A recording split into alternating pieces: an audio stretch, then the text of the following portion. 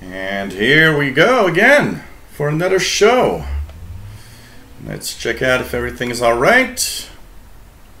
And action, as they say.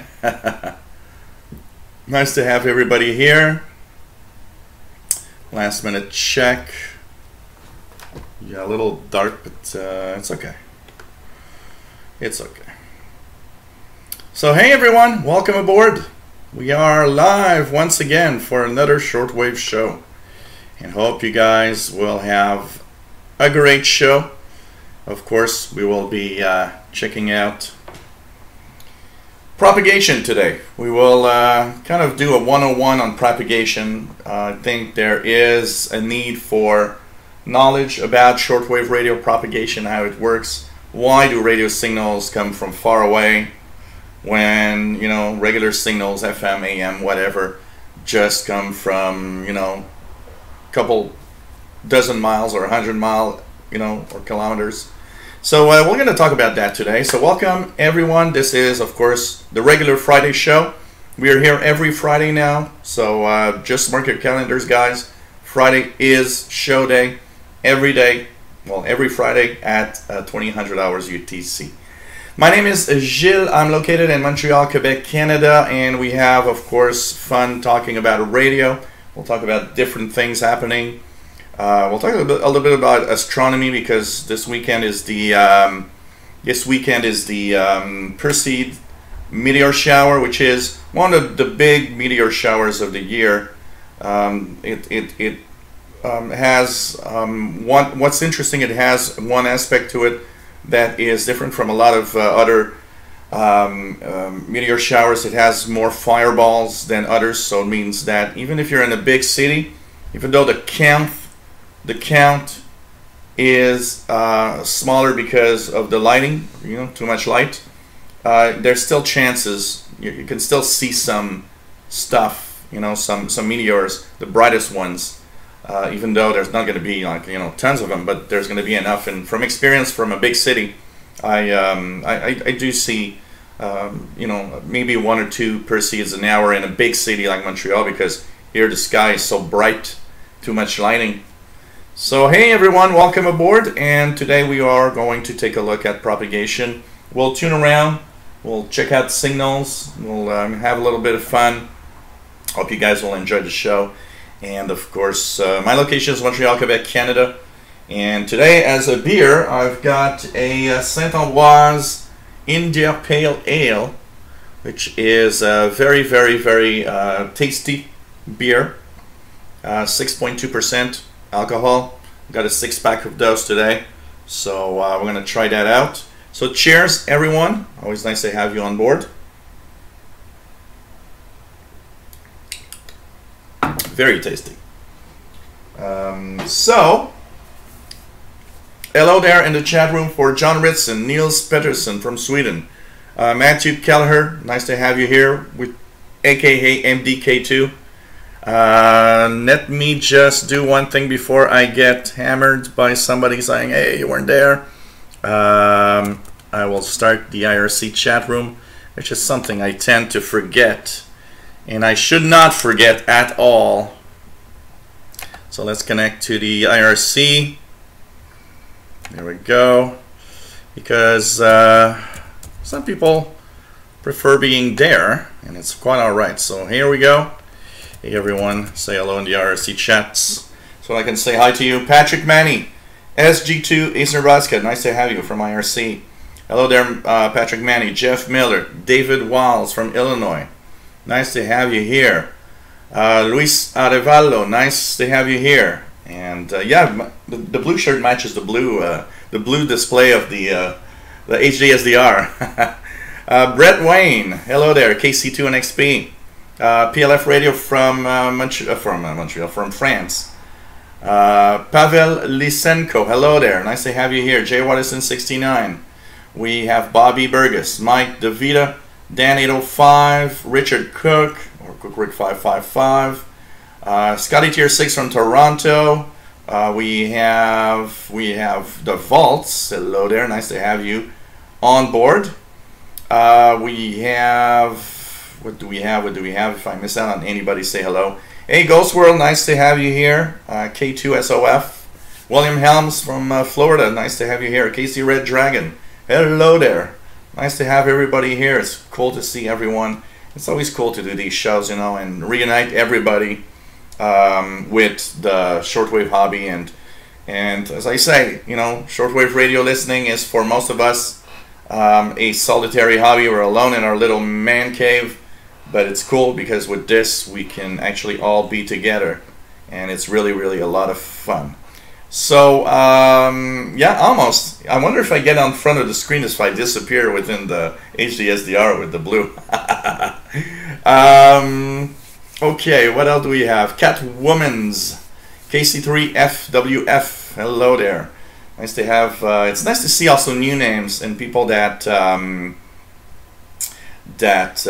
we've never, you know, seen before. And it's always nice to have new people around. Robert Sutherland, hello there. Nice to have you here. Pretty cool.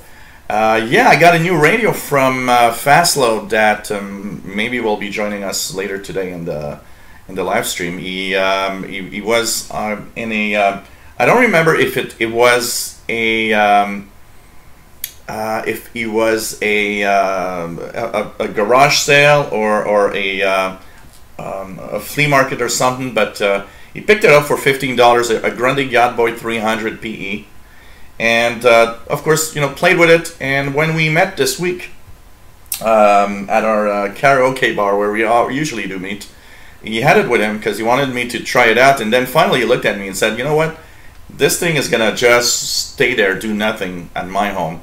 Why don't you, you know, take it. I'm giving you that radio, and I know you're gonna use it more than me. And so I played a little bit with it yesterday, and really, really a lot of fun with that. Hey, N5XTC, it's been a while. Nice to have you here. Ekna Egner, hello there. Nice to have you here. Rocking on a PL660. Great, great, great, great. Radio, I can tell you that. Really, really nice. Yeah, unfortunately, Bobby Burgess' mom passed away. For those that were following a little bit the story, we talked about it, and it's. I'm sure, you know, we can all. Everybody agrees, and you know, we all have our heartfelt condolences, and we are with you in what is, you know, always a difficult moment in life. So yes, I will do a review of the Yacht Boy 300 PE, even though it's an old radio. You know, you might pick one up somewhere, and I will have a review for sure. Morrison Havey, hello there from Florida. Michael Palmkus, nice to have you here. Pretty cool to see everybody here, and we are today talking about radio. But checking out the higher frequency ranges, if I picked up anything, but doesn't seem to have any sporadic E or anything special in propagation today. Last night propagation was amazingly good. I was tuning around the 60-meter band, around 5 megahertz. And one signal that surprised me, I always get, you know, 5450, which is the Royal Air Force weather from the UK. And yesterday was amazingly strong. I mean, much stronger than what I'm used to. It was just crazy, crazy. So, hey Jeff Hayes, nice to have you here. The first reports coming in from the R8600 seem to be good. I was looking at a few things, and it seems to be a good radio.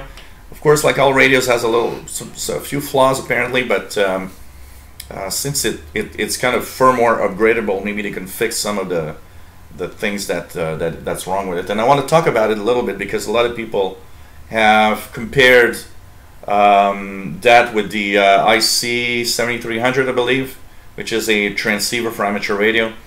And people tend to say, well, why is that the 8600 so expensive compared? Well, it's because it's not the same thing at all. People, because it looks the same, think that must be the same radio. It's not. It's a very, very different radio. So, oh yeah, Niels Peterson, of course, now have a Degen 1103, and it's a cool radio. Degen 1103 is an amazing radio. Very happy to have mine. Mine is at least Mine is at least you know, 6 or 7 years old, and it's amazing.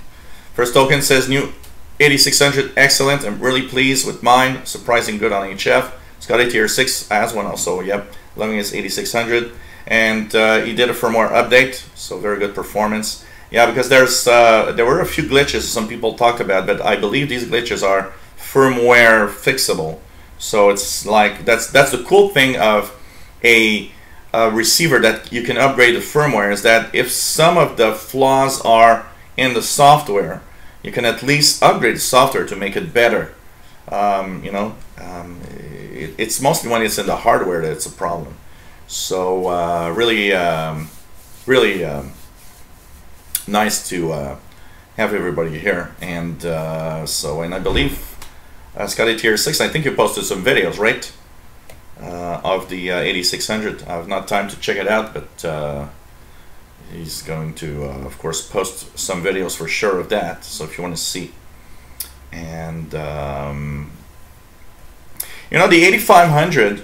First Token says significantly better than 8500. The 8500 isn't the best shortwave radio I've ever had, honestly. I owned a Kenwood R5000 before, which for me was better than the R8500, but the R8500 is respectable. You know, it's still a good receiver. So if you guys want to see some videos, check out the Scotty Tier 6 YouTube channel, and check out some of the videos there. I'll be checking that out later today. I haven't had time, but after the show I'm going to head to your channel and check out your videos. I don't have the money for it, because honestly, if I had you know, the $3 that it cost to buy it, I would probably get one. It is an amazing radio. I just like the specs. I like what it can do. The fact that it can decode some digital modes in the VHF UHF range, I think it's very, very cool. Scott Robson, hello there, nice to have you here. Oh, your R75 is an absolute beautiful, fantastic receiver. I hope you like it, because it's really, really nice. Mad Radio DXer, hello there, nice to have you here for sure.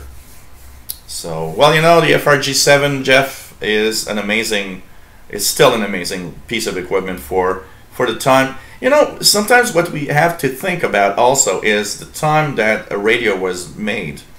You got to remember that back 30 years ago, there were a lot of transistors and resistors and you know, capacitors in there, because there weren't that many chips that would do specific things. Today's receivers are amazingly simpler, in when we look at the electronics, you're like, wow, that's the only thing there's in there. But today we have some, you know, custom chips that do so many things, that today you can basically have a radio made out of a single chip and almost no parts, and you'll have a shortwave radio. And that's why there are so many small portables that perform amazingly today, because you've got these custom chips like the silicon integrated 4734, 4735, that are AM, FM shortwave radios on a chip. And you just need a few chips around it, and a few parts around it, and really a minimum amount of parts around it to just have it work. So it's pretty amazing what we have today. So one thing for sure. So oh, what was that model that he tested in Nils Peterson? I need to get to view some of his videos. Amrad 88, which has an excellent channel, and $11 radio. It's interesting. I'm gonna check that out. So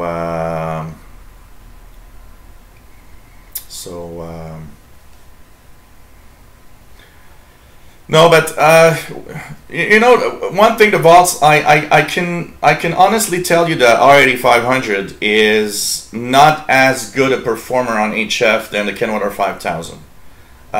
It is, I notice flaws in the front end that are perceptible, especially when you have very strong signal next to a very weak one.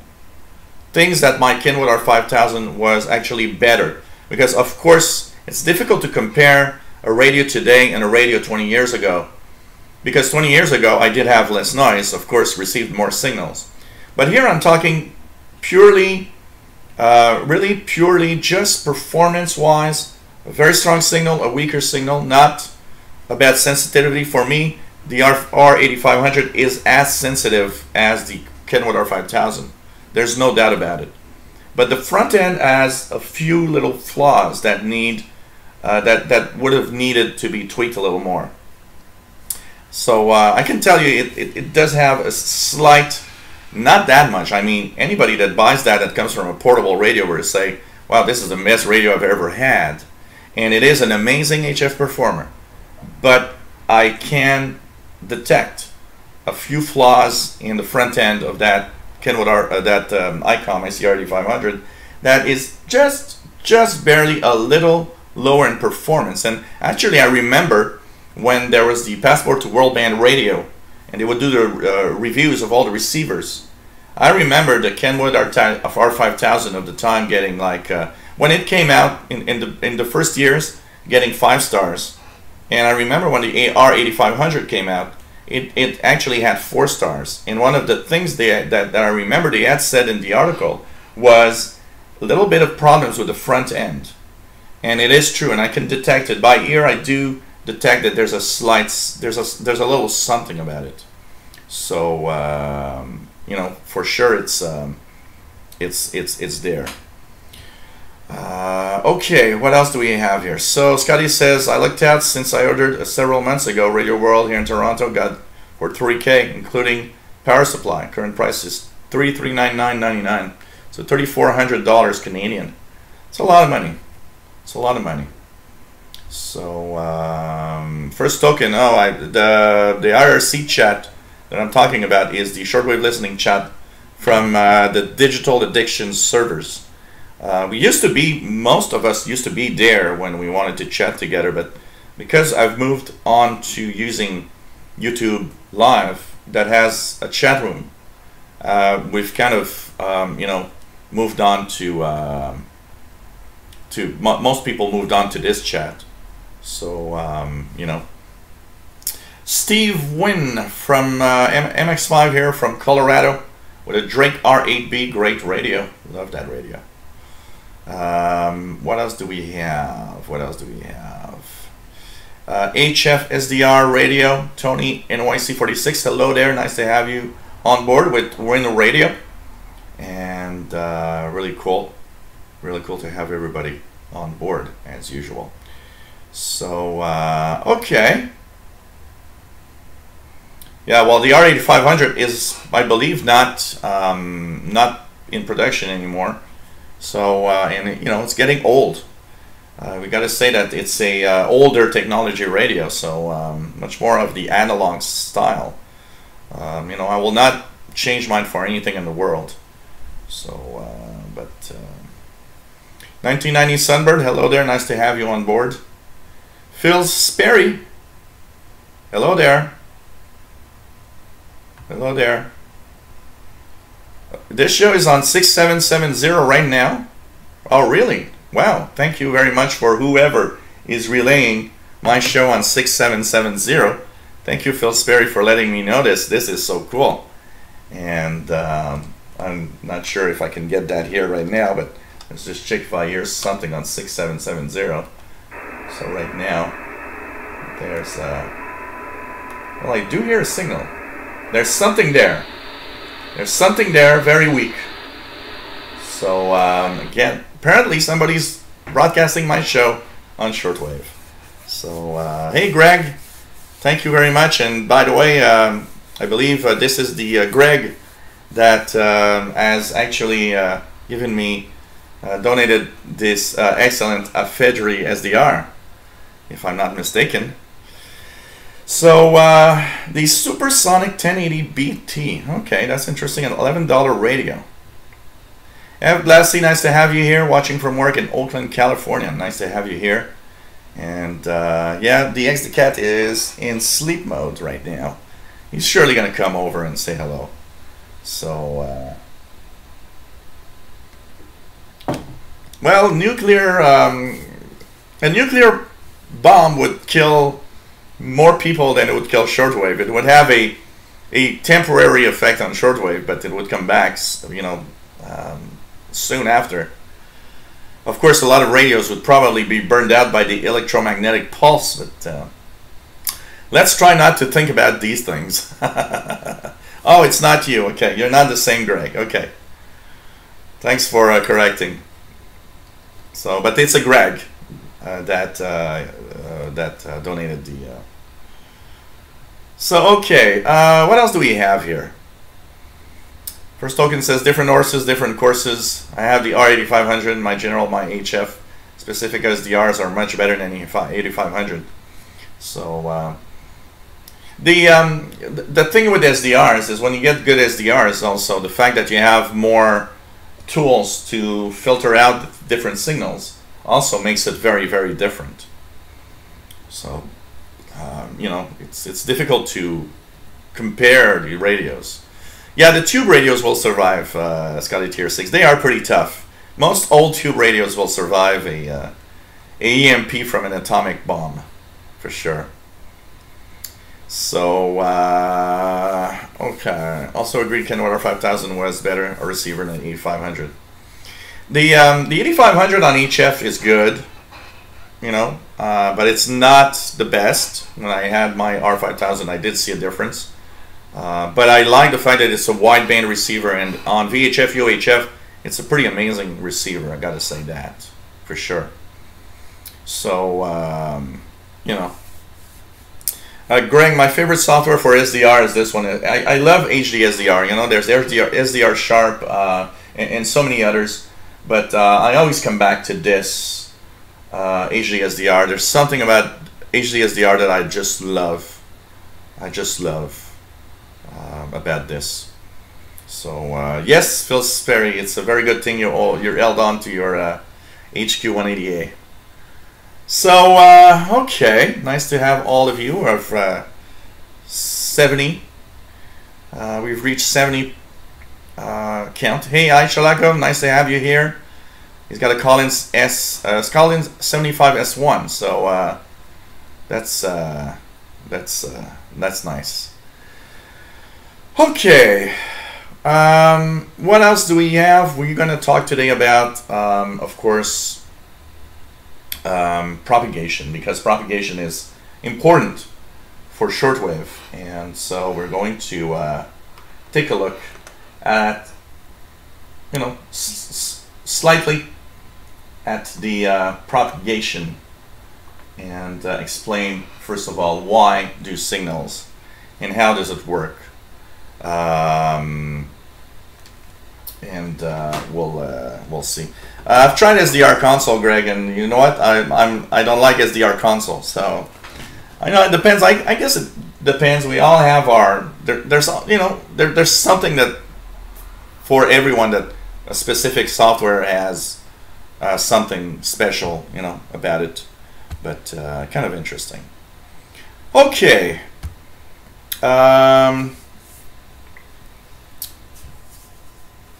Yeah, that's also something. John Risson has a comment that is truly interesting, and it is true, that wideband receivers, because of the money put on the extended electronics needed to have it working, you have to spend a lot more money to have a communications receiver that is amazingly good everywhere, compared to just a shortwave receiver. You got to think about the fact that my Kenwood R5000 was an HF only. So it was up to 30 megahertz and that's it. And it did cost at the time, with the filters, about $1,600 Canadian. And that's in 1991. And the Kenwood R5, the ICOM ICR 8500 that I bought it for $1,750.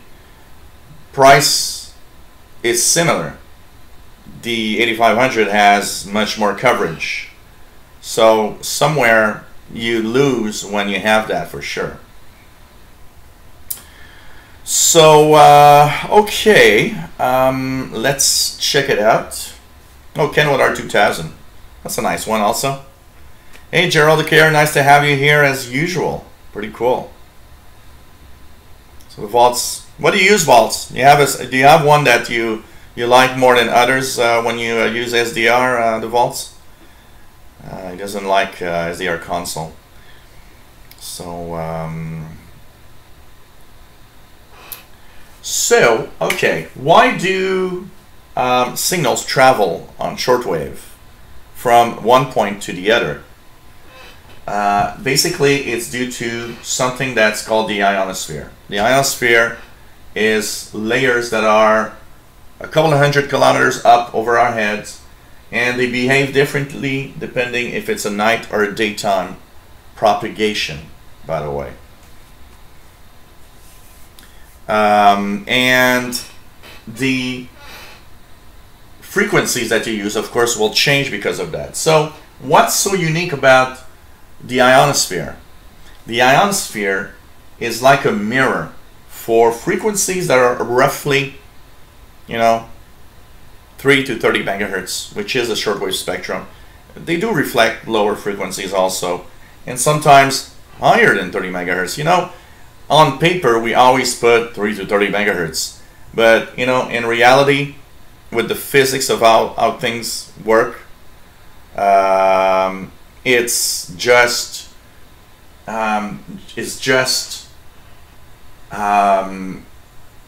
not like that. It doesn't stop specifically. So basically, what you have in propagation is that depending on the solar activity, when it's higher or lower, very often you will have higher frequencies propagating, or sometimes it doesn't quite reach 30 megahertz. So it all depends. The ionosphere breaks down into different layers, whether it's day or night. That's why when you are at day or you are at night, and basically that means in the daytime, the layers, there's a new layer, an added layer here at the bottom, that's the D layer. And the F layer actually splits into two layers, F1, F2. So why are low frequencies not propagating when we are in the daytime? It's because of this D layer. This D layer absorbs lower frequencies. So, in mid-afternoon, you won't hear much on 6 megahertz because that D layer absorbs anything that goes up and will, hit the ionosphere before they reach the other layers up here that would probably bounce the signal. And so there's a cutoff frequency, and it's very, it's not always the same. The cutoff frequency, the one that will go through the D layer and start propagating via the E or F layers, it's different. It differs depending on the solar activity, depending on the time of day you are, depending on all sorts of factors that are very, very unique. Somebody's calling me.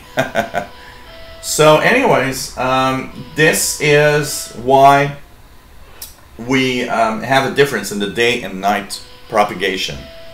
So the day and night propagation, I'm just gonna switch it off because I know I'm gonna get like 10,000 calls during the day. So I'll just put the phone in a state of mute. So here we go. Hey Token, MDK2 are in the IRC chat room.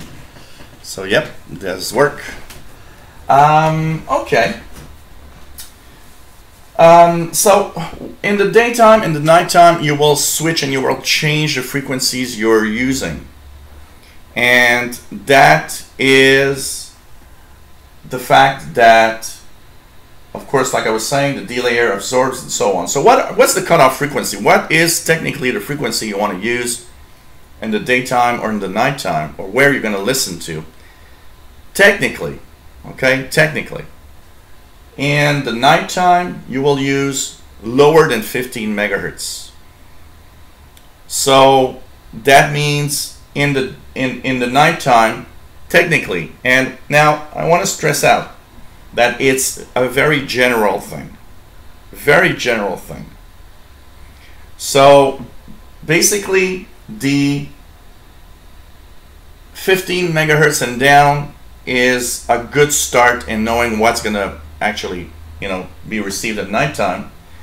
But it doesn't mean it's going to stay there, depending on all sorts of factors, including solar activity. And is it winter or is it summer? And how far you are from the equator. All of that together means that you might hear something at 16 or 17 megahertz in the nighttime. A great example that I have is when Radio Australia was still on the air, when propagation was really good and solar activity was higher, is that I could hear at midnight local time in the summer 17795, and that is a frequency that's above 15 megahertz, as you see, but it does propagate in certain conditions. So that's why I say don't take that for an absolute rule. So in the nighttime below 15 megahertz, but don't hesitate to try upwards of 15 megahertz, because there's also all sorts of things that can make propagation work for something that is like sporadic E-skip. You can hear stuff with sporadic E-skip because the 10 meter band might be open in the middle of the night.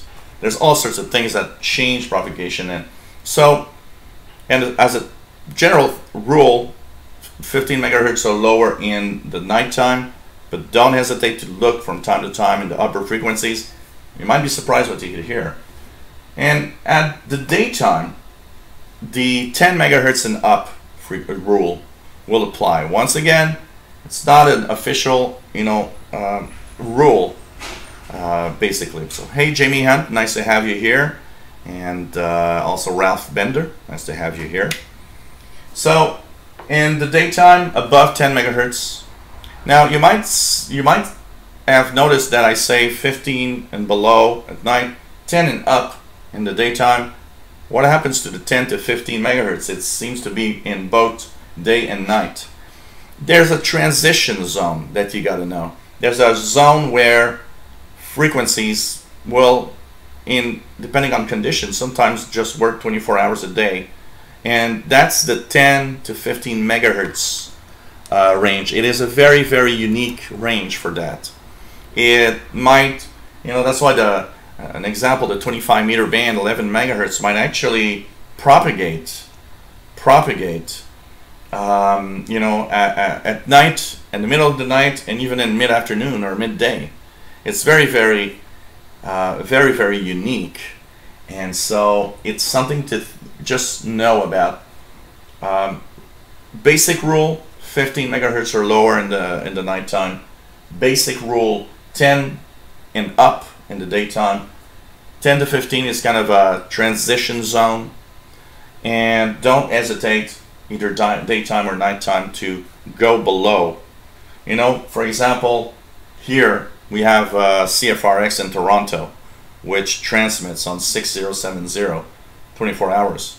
Well, that station, even in the daytime for me, will often be, I'll often be able to listen to it in midday. Because it's close to me, it does propagate to me through the shortwave signal. So you could see that there's going to be, the 40 meter amateur band, for example. I could say that 40 meter amateur band, there's pretty much activity 24 hours a day. Why? Because in the daytime, it's going to be very, very local. I'll hear amateur stations from Ontario, or from New Brunswick, or from the northeast part of the United States, like the state of Maine or New York, New Hampshire, all of these states that are not too far from the Canadian border here. I will hear even in the daytime. But once you get into the nighttime, 7 megahertz gets really its true propagation characteristics, and now you hear stations from thousands of kilometers away. So that's something you got to understand about propagation on shortwave. So this is our first slide, and we're of course continuing to talk about the different propagation characteristics. as we continue along. We'll take a little break because this is kind of a heavy subject, and that is always a little harder for most people to kind of get into it and get the grasp of everything. So we'll go slowly at it. So anything else? Okay, let's check out a little bit the bands here. So there's something on 6770 that's very weak. I'm going to check out 6925 here if I hear anything. I do not catch anything on 6925. It's interference. So let's check out a little bit of the bands. Let's check out the 20 meter band amateur radio. What's on the 20 meter band? Anything on the 20 meter band right now? There seems to be something here. Yeah. 14 to 60. I have these nasty interference lines here. So not a lot of activity on the 20 meter band. Let's check out what we have. Let's go further down. Paul the cat is sleeping on the floor right next to me. It's just so funny. It's kind of hot, so okay, let's check out what we have here. Of course, 13 megahertz. What do we have? We have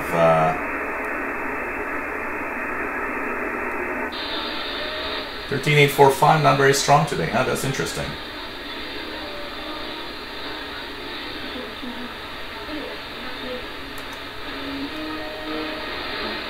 $13,710. There's a station there. So let's check out what's on 13710.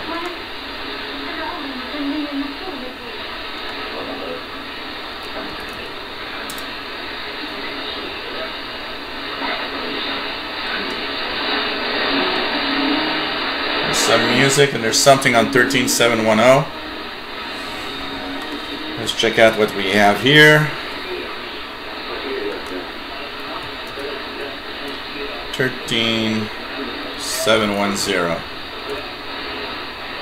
At this time would be radio, probably Radio Feda, Madagascar World Voice in Arabic, and it does sound like Arabic. From the Madagascar relay station. So Madagascar World Voice, Radio Feda, 13710. About S9 here. So this is from Madagascar, which is pretty good distance, eh? It's like 13,000 kilometers from here. So we've got that. And as we check out a little more, what else do we have here? Gary Stewart, hello there. Nice to have you from Dudley, UK. Pretty cool to have everybody here. Hope you guys are enjoying. Hey, Steve B from Australia. Nice to have you here from what is probably Saturday morning. So really nice. Ivan Tini, hello there from East Texas. And you're watching the Shortwave radio show live from Montreal, Quebec, Canada. Talking about propagation, we had a little start to the information. We're going to get back to it. I want to take little breaks in between the slides. So Madagascar World Voice coming in on 13710. What else do we have?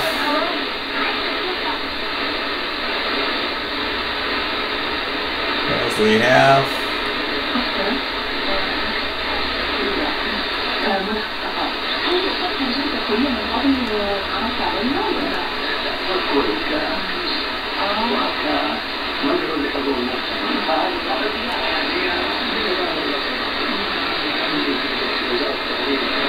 13585 is KBS World Radio in Arabic, and it comes from the transmitters in the United Arab Emirates. So KBS World Radio on 13585 in Arabic from the United Arab Emirates. Hello there, Michael Bott. Nice to have you here from the IRC chat room. It says that both frequencies for the Voice of Greece 9420 and 9935 seem to be back on the air. So apparently in the first and the last couple of evenings were off. So thanks for that information and welcome aboard. So KBS World Radio on 13585. Interesting. I think it's the first time I'm getting KBS on that at that frequency. So here it is.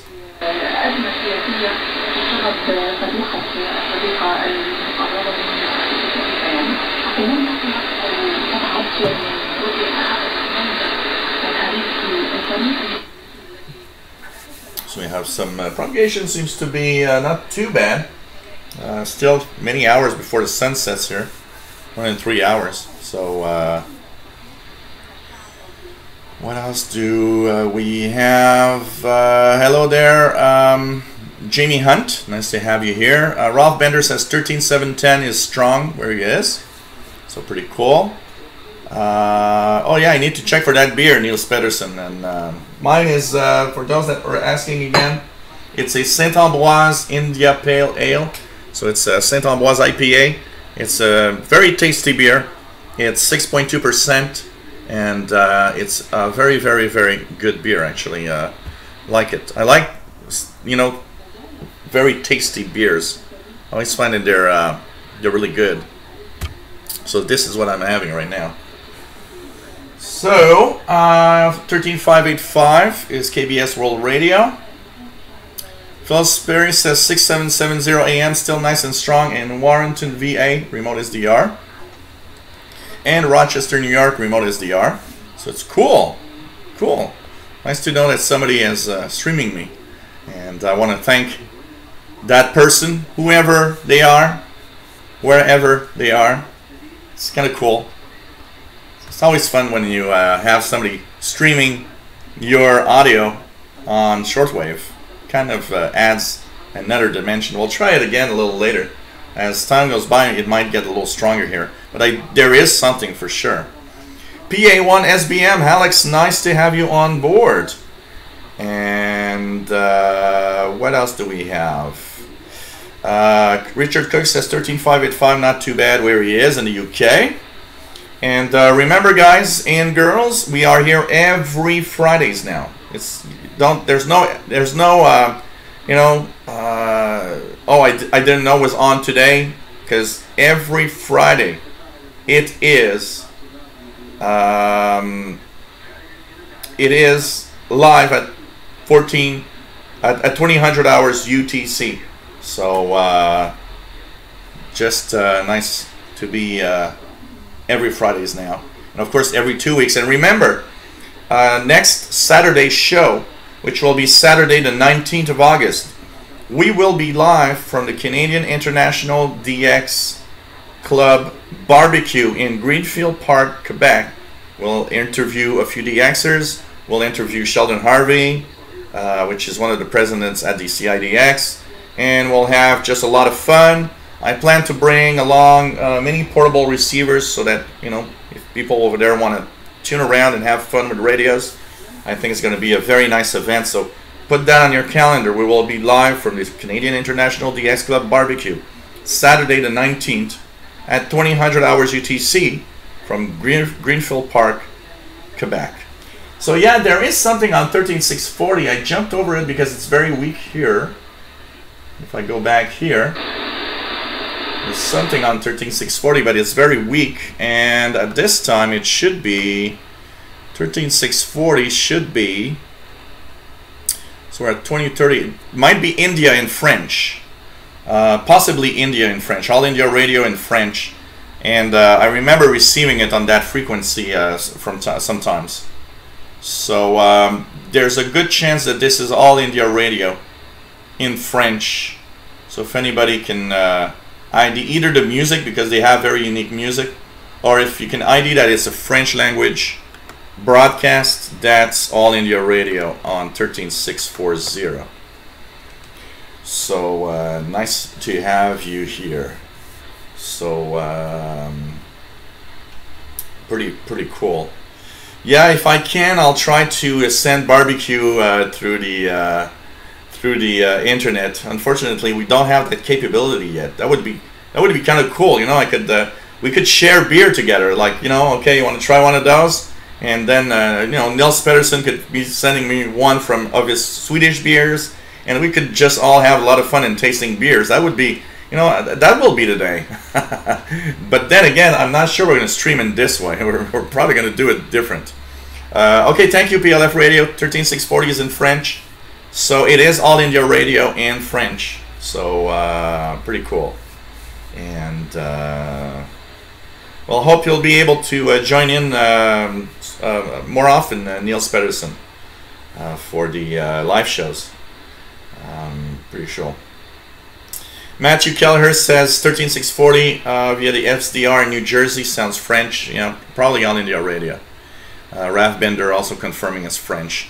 Greg K, what I'm using as an antenna is a 22 meter long, about 75 feet long.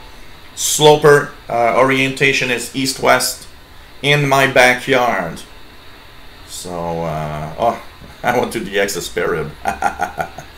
So, you know. Eventon, can you tell me how much your Afridi SDR costs? It's around $200. And I have to say, you have an amazing performer for $200. If you have to buy a radio, you know, if you got $200 to spend, if you are a little, you know, tech savvy, you do have to know your way around computers a little. It is absolutely amazing for the price. Since I've been using this, I haven't been using my ICOM ICR 8500 on HF as much. I've been dedicating the ICOM more for VHF, UHF stuff than anything else. So, pretty amazing. Okay, so 13640. Anything else? Let's just check out what could be received here. I'm going to go upwards and we're going to check out the 19 meter band, see if there's anything there. Any amateur stations. There's a little bit of activity here. There's some weak ham stations. 14240. There's a ham station on 14240.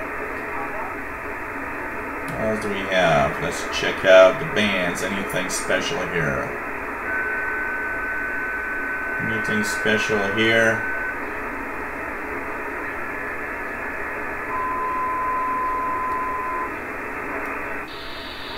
Lots of interference lines in here. Okay, what else do we have? There's something on 15155. It's rather weak. 15140. Not much happening in the. Let's go upwards. We have. What do we have interest in here? Don't have that much. Radio Kuwait, which that is using DRM, is pretty strong. I need to set up this computer for DRM reception. We could listen to Radio Kuwait. Anyone that has DRM reception capabilities, 15540, Radio Kuwait in DRM mode right now. Interesting. The propagation is very unique today, because all the stations that are very close to me are not as strong as they are usually.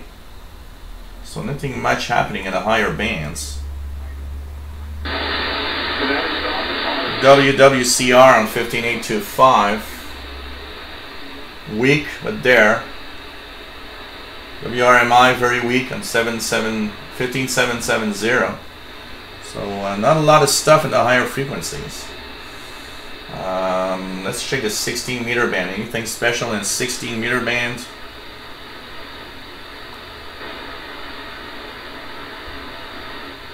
Almost nothing. You got Spain that's here. A little weaker than usual too. Spain. Not very strong. So propagation isn't the best today, but it's there. And the higher frequencies mostly are like weaker, and you know, store reflex has been very, very, very low for sure.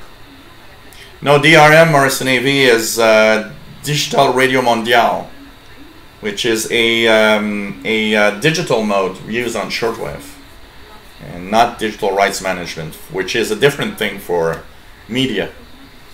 15390, Richard, yes, it's Spain usually. Ralph Bender, Radio Sultanate of Oman on 15140. Yeah, not very strong, but hey, Oxford shortwave log. Nice to have you here on board as usual. Pretty cool to have everyone here. Mike bought $200 is the expected price point for the new AirSpy HF Plus that is due soon. So that's interesting. Could be a pretty good performer also. So really could be very, very nice. Okay. PLF Radio sharing the indices, which are we're gonna have new indices in about 20 minutes. Right now, the latest indices for 1800 hours: Solar Flux 71, not the best, but could be better. A5 K2, K2 is not too bad. I'd like it to be more at 1 or 0, but pretty good. Richard Kuz receiving weak brother stare on 15770. Yeah, it's usually that type of program there. So let's just go down a little more, see if I can hear anything else, and then we'll continue with our shortwave propagation thing. So anything here, 13 megahertz. Let's move this around. 13500. What do we have? Lots of interference. What do we have here? Interesting, there's something on 1307 too, but I don't know what. Okay, what else? Let's check it out. Okay.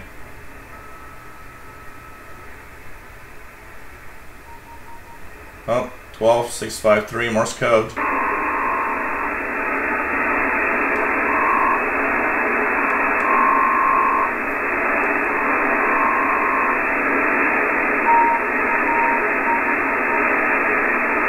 Oh, TAH.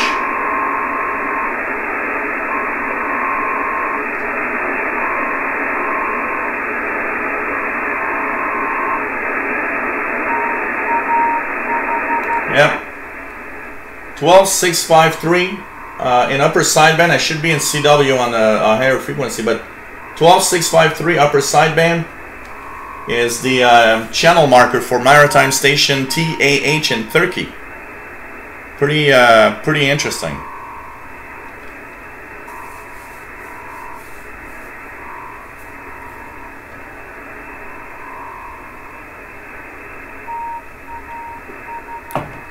Ralph Bender receiving NHK Radio Japan on 15130. Cool. So this is TAH.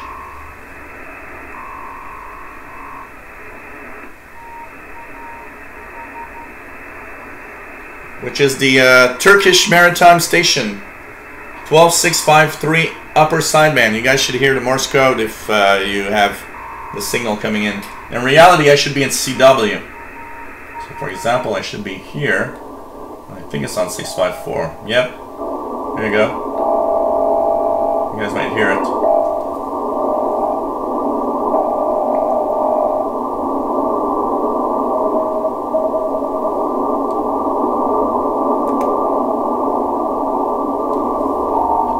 It's really TAH in Turkey.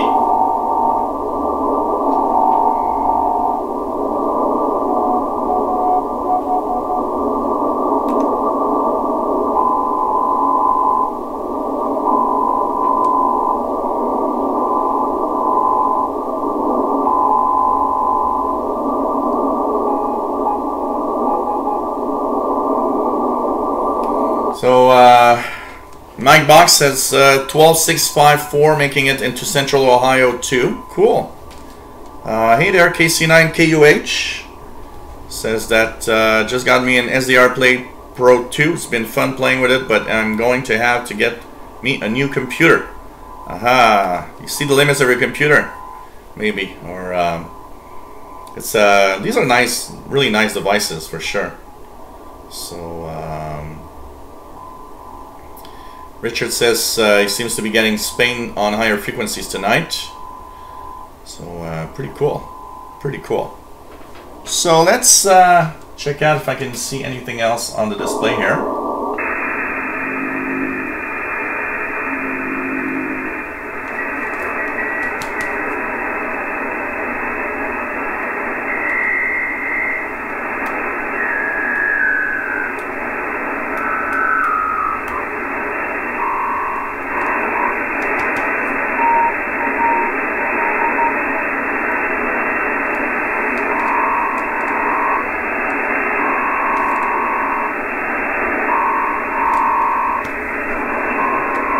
we got a visitor.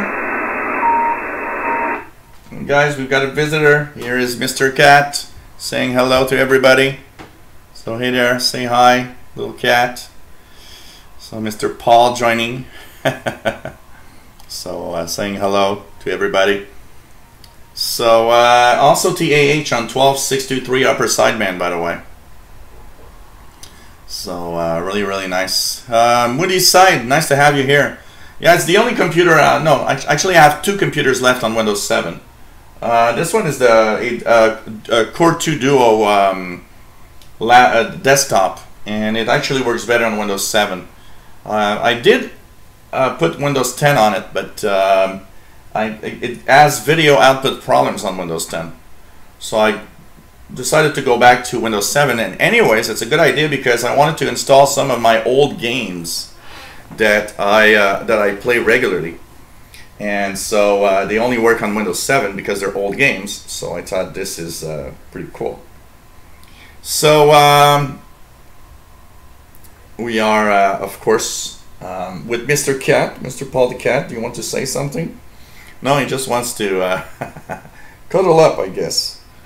So, yeah, some vintage gaming PA1 SVM, exactly. So, really nice. Todd Michael, hello there, nice to have you here. And thunderstorms, those dreaded thunderstorms that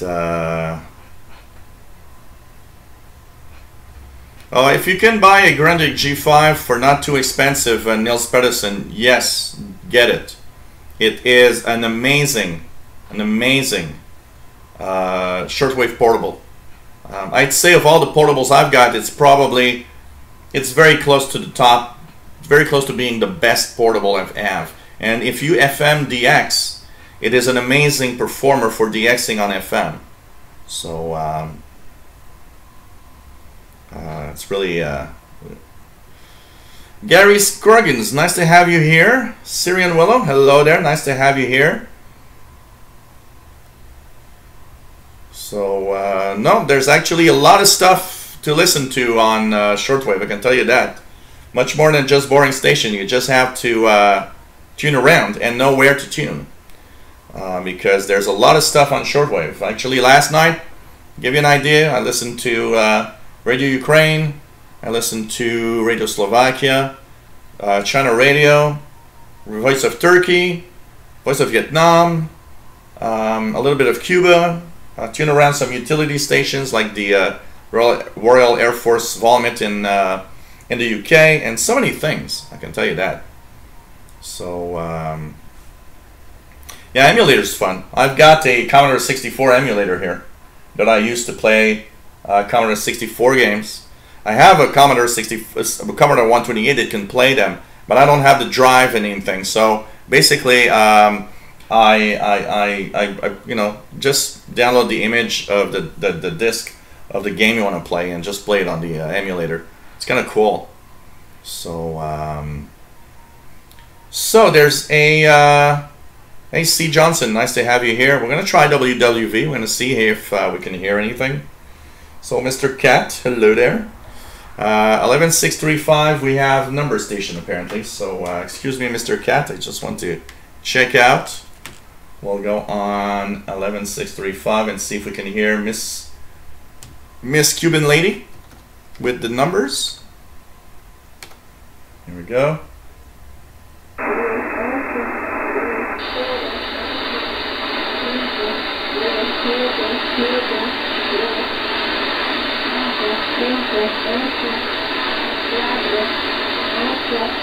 Cool, Matt. Good. Well, I'm surely going to be here still in about an hour. Pretty sure.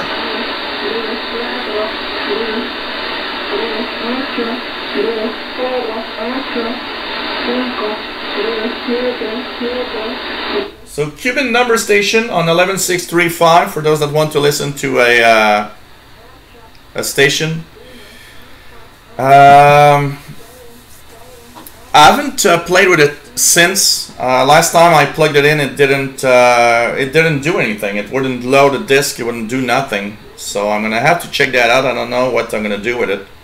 I really would like to have it fixed because it's an amazing piece of equipment. So I need to take it out and try it out again because last time it wasn't working well. So, yeah, I gotta say. So WWV, let's see if I can hear WWV. So this is Cuban Lady.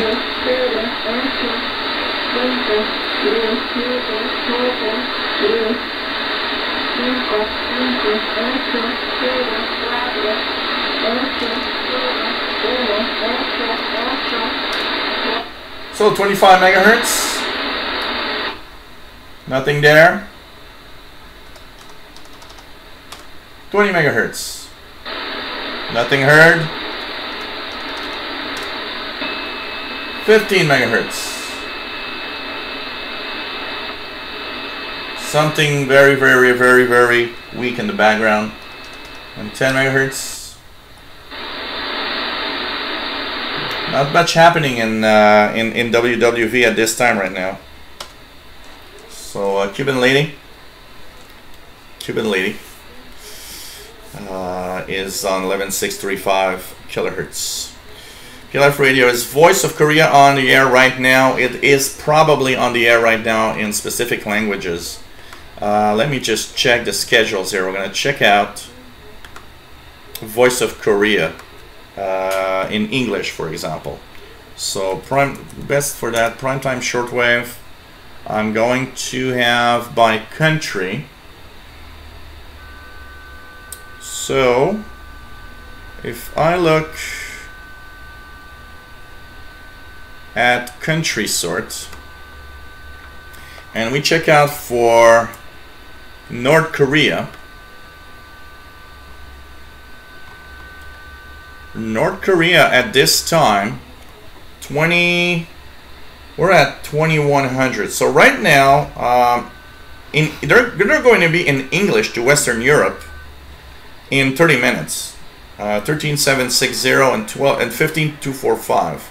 So the Voice of Korea, you guys in Europe, if you want to try it, Voice of Korea to Western Europe at 2130 on 13760 and 15245.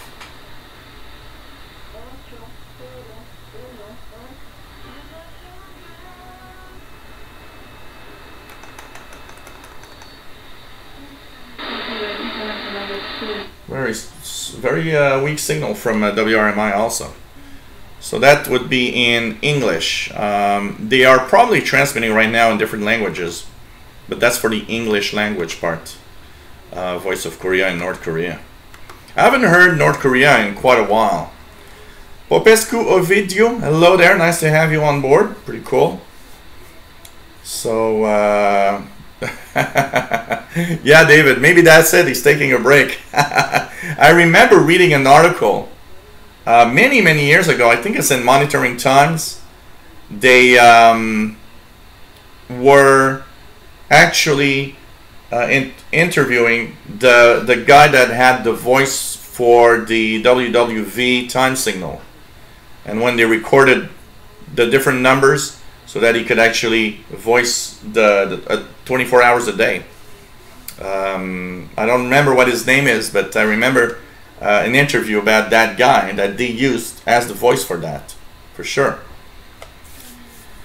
So Mad Cow TV Gaming, nice to have you here. As for an SDR in Moncton, New Brunswick, nice to have you on board. Yeah, that's what I was thinking, Richard, by the way, for 15245. It's pretty much nighttime between you and Korea. 13760 maybe, but you know, it all depends on how much you want to spend. But the basic starter, basic starters set of SDR, the Soft 66, which is amazing for 40 bucks, is a good starter set, and will, you know, you'll know if you like SDRs or not using that, for sure. But if you want to spend more money, there's a lot of SDRs. There's the AirSpy, there's the AirPlay. There's all sorts of SDRs available, and they're different models. It all depends how much you want to spend. This one is, I'm tuning right now with an Afedri, A-F-E-D-R-I, which is nice because it's easy to put on your network, home network, and tune around with any computer. Well, this one's more like $200, you know. So it depends on how much money you want to spend. That's the first thing you should, you know, what's the budget you have for an SDR. Pavel Lysenko, hello there. It says 11635 number station in Toronto. Cool. Yeah, SDR Play. SDR Play is another example. It's a pretty good one also for tuning around. So it all depends on how much money you want to spend, and that's very important. I will leave you guys a few seconds with Miss Cuba, and I will go get myself a beer to refresh this and what's left here, and at the same time remove the beer from the freezer before they freeze up.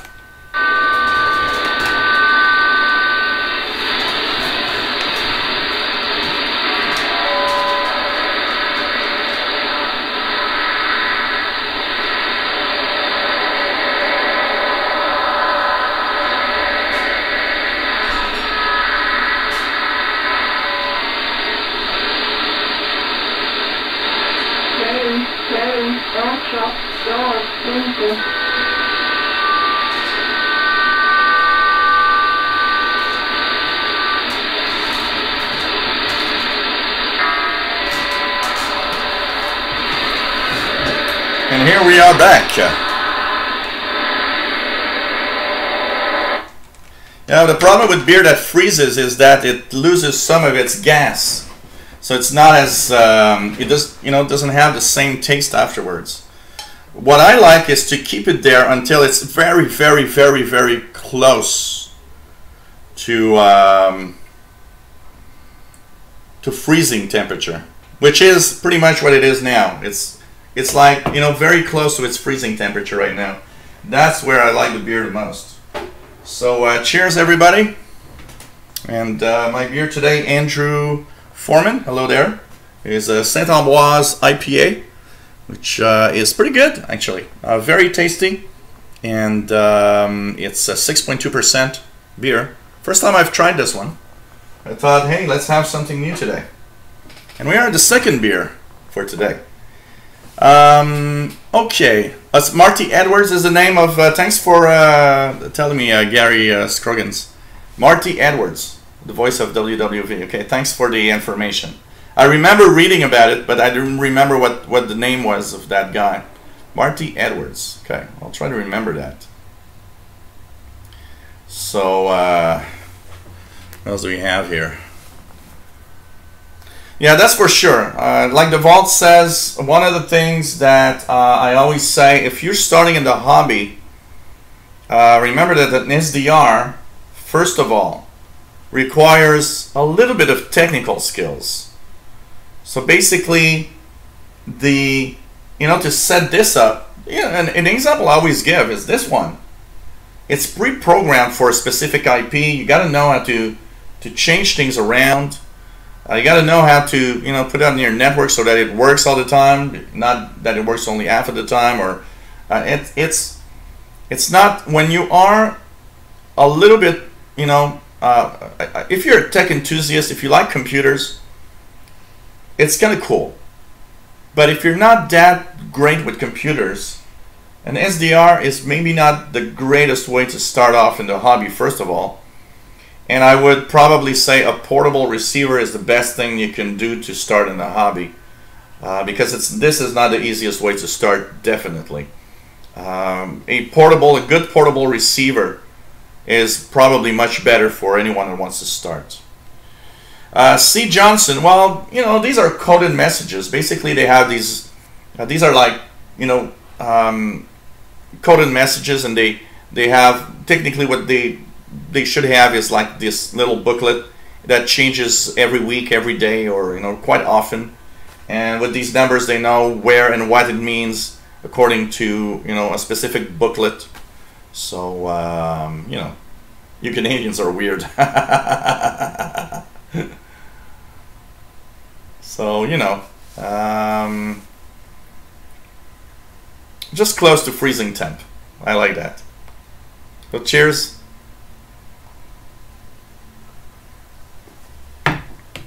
Well, you know, Pavel, when I have vodka, my vodka is always in the freezer because vodka doesn't freeze. So it freezes, but it doesn't freeze at, you know, the freezer temperature.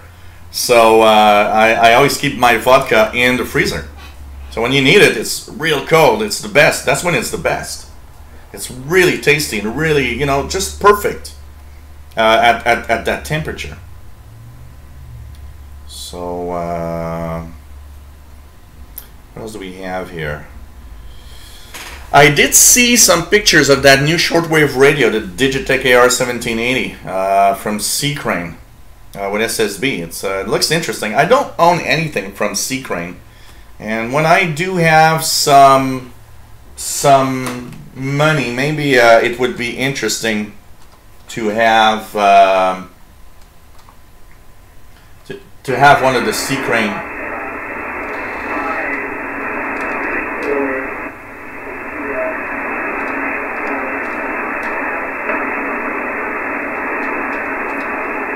There's we're weak today. 11-175-8992. Richard Cook and yours receiving 6739. There's a emergency action message, which is from the U.S. Air Force. You know what? It would be interesting to tune around these frequencies to see if, with what's happening with North Korea, if there's more communications in the HF frequencies for the Air Force. Kind of be interesting. Skull, is that how you pronounce it? Skull? I probably don't pronounce it well, but cheers, Niels.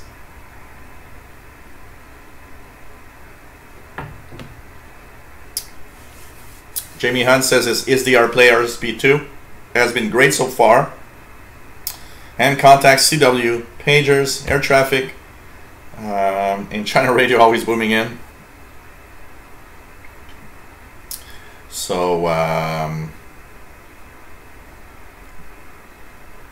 okay, but well, okay, I saw the, okay, now I get it. I saw the one with the SSB, the Seacrane SSB. I did not see the other one, the Digitech AR1780. Yeah, I read too fast. So, Pavel says, absolutely, I keep my vodka in the freezer. And it does remove the nasty flavor that it might have. And but you know, depending on the vodka, I like the Grey Goose vodka a lot. Some say it's overrated. I don't know. I'm pretty much like it. Okay, let me check that out. PLF. Oh, that looks like an interesting radio. Digitech AR1780. Very squarey, but no, looks interesting. AM. It's an AM, FM, long wave, shortwave, DSP receiver. Looks interesting. I wonder if they're not doing it. How much is it here? Do they have it on eBay? Oh yeah, they have it on eBay. Let me check that out. They have it on eBay for 100, and that's how much? That would be 100 Canadian dollars. 100 Canadian dollars. Plus $45 shipping. So 145. Looks interesting. Digitech, huh? Looks interesting. I don't know. Could be cool radio to check out. So,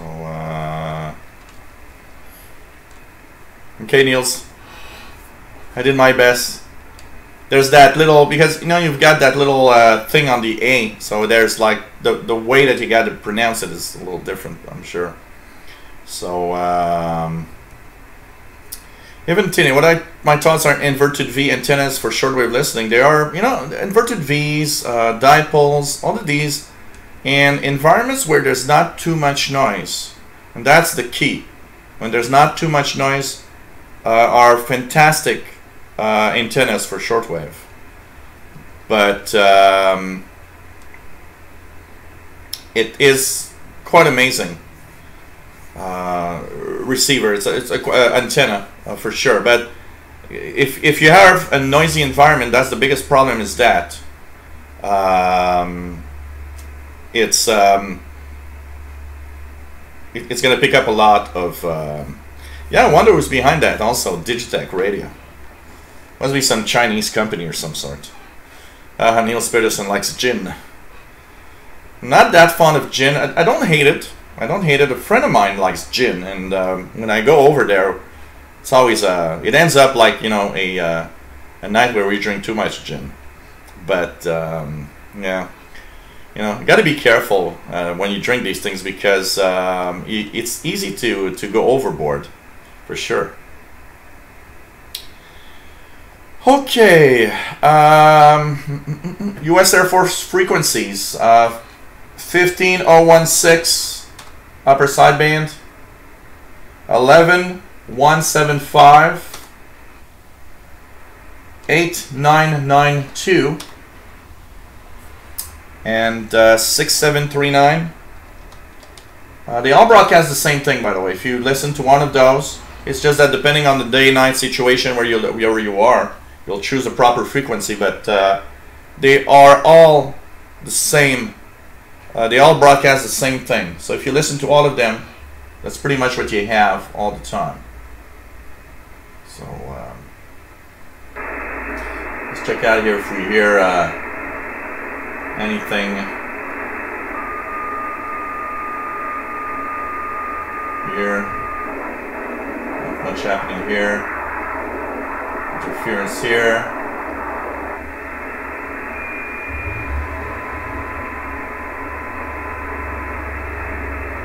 A lot of stuff there.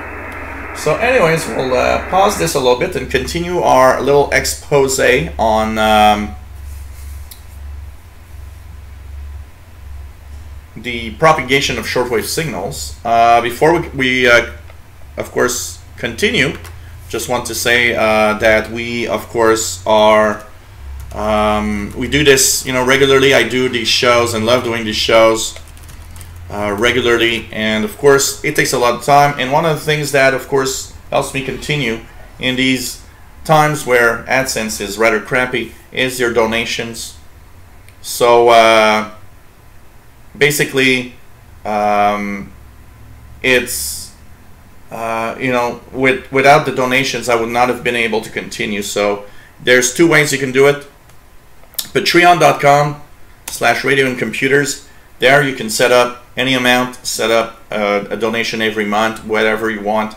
We've got 12 patrons right now that are donating every month, and of course looking for more. And of course PayPal, which is a great way to send me a little something to help me continue. And really, donations are very important. I would not be able to continue without that support. So paypal.me/shortwave. paypal.me/shortwave.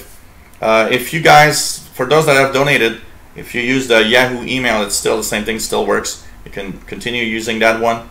But it's very important. The support that I get really helps me continue, and I'm, you know, increasing a little bit the amount of shows that I'm doing. So, you know, the more I do live stuff, the less I'm, you know, I have time for other things like working as a tech guy. So of course, a little bit of support helps me a lot to continue what I'm doing. Thank you for everybody that have donated, by the way. You guys have been fantastic. And if you've never donated, you watch this show regularly, you find it interesting, why not think about it? It's always, you know, something that's very helpful. And thank you very much. And of course, for those that can't, don't worry about it. It's quite all right. The idea here is I want to try to keep this free. You know, I don't like the idea of doing something like live shows and have people, paid for it or anything. It's not something that I feel like, I want to do. I want to have it like as free as possible, and try to get some donations along the way. So thank you very much for everybody that has donated. Always helps me out. Jeffrey Kropp, hello there from New Hampshire. Nice to have you on board, and always cool to have. Really nice to have everybody. Niels Pedersen says the Shortwave Listening Post has they ordered a Digitech AR1780. They're going to test it soon.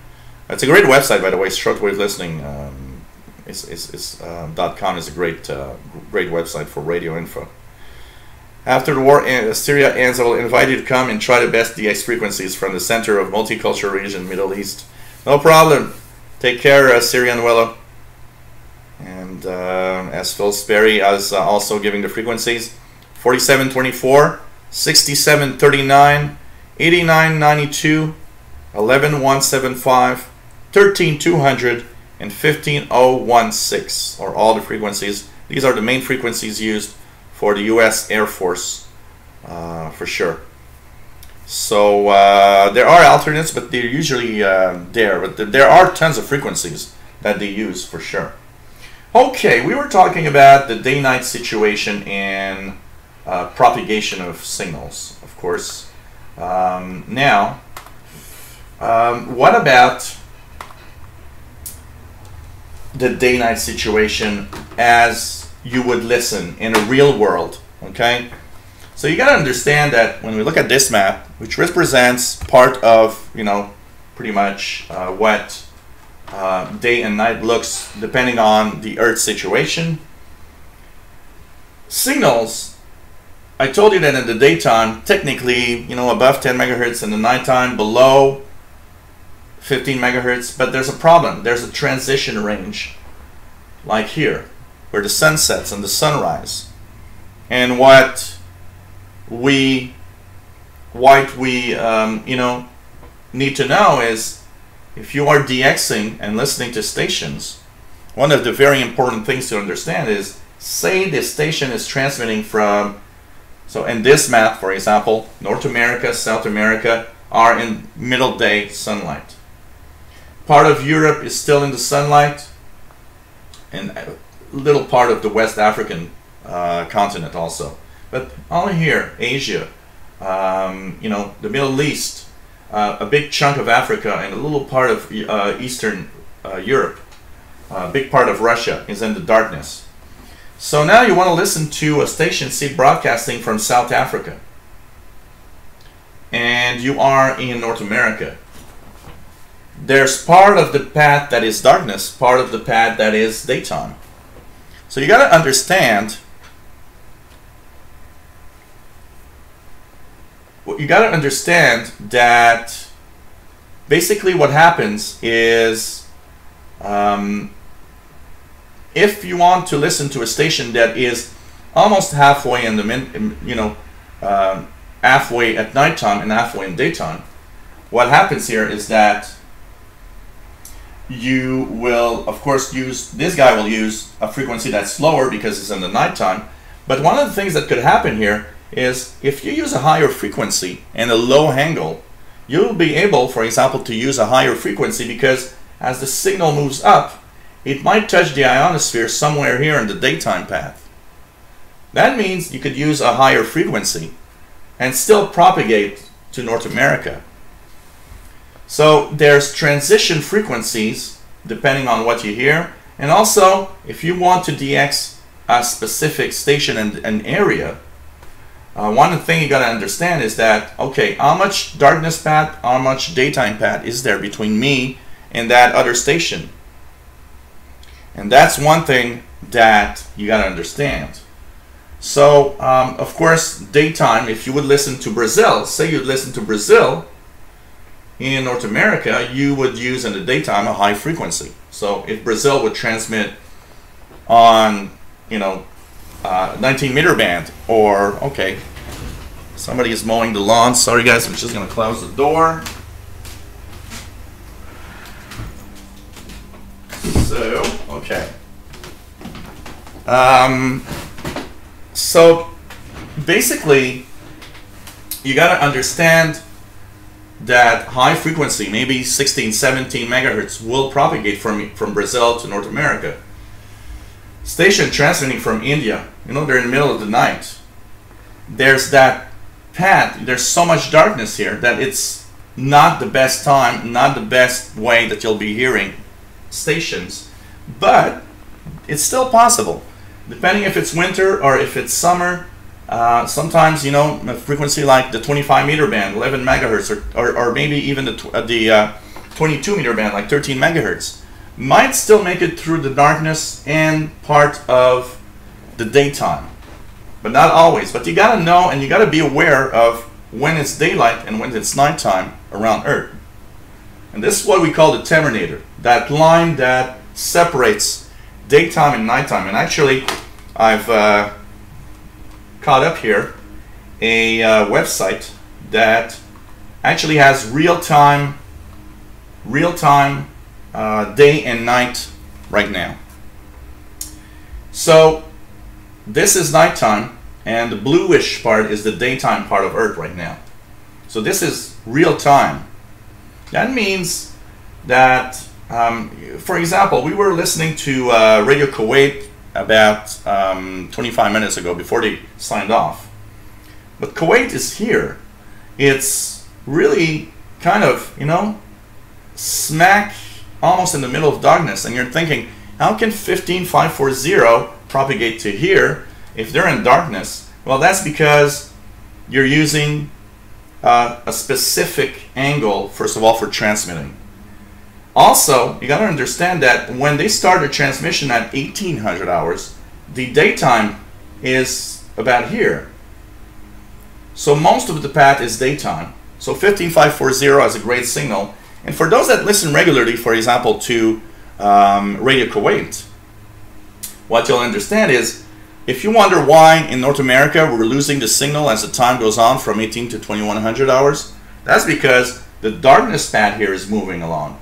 So that signal from Kuwait has more and more darkness in its way to come up to here. And of course, I told you the rule, unless propagation is really amazing, what's happening is that the signal is fading out because it's moving into the darkness more and more. And I told you that 15 megahertz and up usually doesn't really propagate well in the nighttime. There are exceptions to this rule, once again. So that's why you're, you know, very often, and it's going to be, it's going to show better. It's going to show better when we get into September, for example. In September, we'll have more darkness because the winter and the summertime changes the pattern of where it's dark and where it's not. And this creates a very, very big difference in also how much darkness we get when we propagate from one region to the other. So in September, for example, we'll start to see that Radio Kuwait propagates on 15540 at 1800 to North America, but will fade off quite rapidly. Even worse in the winter time, because look at the shape of this. You see the shape of this? It's made a little bit like a bell right now. This is the shape of what it looks like when it's summer in the northern hemisphere. In the winter, so this, if we look at the month of January, or more like February, this would be inverted. We would have the bigger path of darkness up here and a smaller path of darkness down here. Because of the winter and the summertime, it makes a huge difference. So more darkness will be up here. That means more darkness for Radio Kuwait to us. That means in January, if they still broadcast, you might hear it at 1800, and it's not even sure you will. And it will, of course, propagate much less than in the summertime, where there's much more daytime path for 15540. So you got to be aware of when it's dark, where it's light, how close you are to. There's this little zone here. You see there are colors here. there's this little zone here, and you can say that this little zone here is what we call the gray line. Gray line propagation is a very unique thing. Very, very unique. Gray line propagation, what it is that it technically will enhance signals for a short while, but the catch is that both stations need to be within the gray line to work the gray line really well. So for example, right now, if you're in, for you guys in the UK, for example, you're in the gray line zone. And you're in the gray line zone with the eastern part of South America, for example. Any Brazilian broadcasting on frequencies that would propagate to the UK will be enhanced right now. There's a gray line zone to, for example, we were talking about Korea. So there's a gray line zone pretty close to North Korea and South Korea here. So there's enhanced propagation right now within this zone. And when you are in the 1 hour before to 1 hour after that time when the sun sets, you're in one of the great times for amazing DX on the shortwave radio. Hey Danny, Shortwave Radio DX from Yonkers, New York. Nice to have you here. Fernando Gabriel, hello, hola. Hope you're going well. Nice to have everybody here. Hey, welcome back, Ghost World. So it's very important to check that out because propagation conditions are, of course, dependent on its day or night or wherever you are. So an active map of where it's dark, where it's daytime right now is very useful in knowing what frequency should I listen to hear DX from a specific area around the world. An example of that also is, let's go back to my little thing here. Let's put it back to the maximum. Okay, say that you're in Eastern Europe. You see on this line here, it's the gray line is right here. Or say you're in Europe in general or in the UK. And this is the situation where the darkness is right here, the daytime pad is right there. So, of course, you'll kind of understand that all the frequencies you got to listen to if you want to listen west of you, North America, Central America, South America, are going to be higher frequencies. You'll not hear CFRX Toronto 6070 here during a daytime path like this. It would need to be a complete darkness path like this one over this area in order for you to maybe hear CFRX 6070. But when you're close to the gray line, you're close enough that if a station from India is broadcasting on the tropical band, you know, 4.8, 4.9 megahertz, you'll probably hear it, even though it's still daylight where you are. Because in that little hour and a half before it gets dark, you'll have a chance of hearing also part of what's happening in here in the darkness path. So it's very interesting to understand that in a situation like this, somebody in Europe knows that if he's listening to 6 megahertz, 7 megahertz, he's going to listen to things that are in the east because that's where it's dark. That's where these signals are propagating well. If he hears something on 17 megahertz, there's a really good chance that you'll be listening to the west because that's where it's daytime. And 17 megahertz is more of a daytime frequency. So understanding that is important. One thing not to overlook when you live in higher latitudes, and here in Montreal is a great example for that. A lot of you in Europe also. In the summertime, for example, the North Pole is in daylight 24 hours. That means you can listen to a station from, you know, say you've got a European Russian station that's kind of in the darkness here. So a Asiatic Russia. I didn't say the right thing. So Asiatic Russia right here. It might propagate to you on the 20 meter band, 14 megahertz. Why? Because it can go across the North Pole to you. It's very difficult to see here, but technically here is the opposite side of here when you look at the North Pole. It's just sad because it's a flat map, so it's difficult to imagine. But the opposite place of here is around here, over the pole. So a station on the 20 meter band here might actually propagate to North America very well, and North America to this place in the summertime, because North Pole is always in the sunshine, so it propagates higher frequencies. But not in the wintertime. In the wintertime, it'll be the reverse. It'll be the 80 meter band, or maybe the 40 meter band will do it.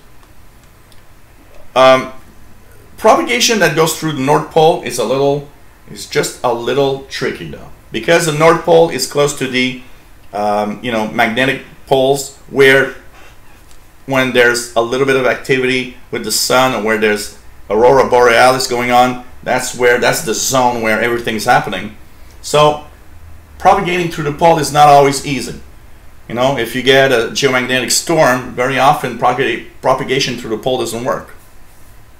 So there's all sorts of things, and you can see how complex the situation can be in propagation conditions.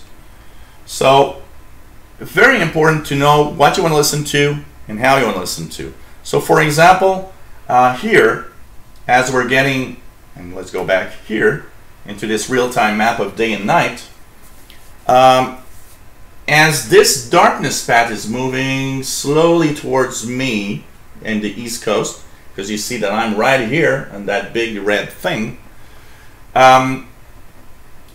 the frequency used for Europe to North America will gradually go down.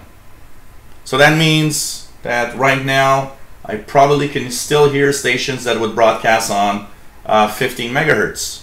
Why? Because with a good angle, it's still pretty much in the daylight path for me.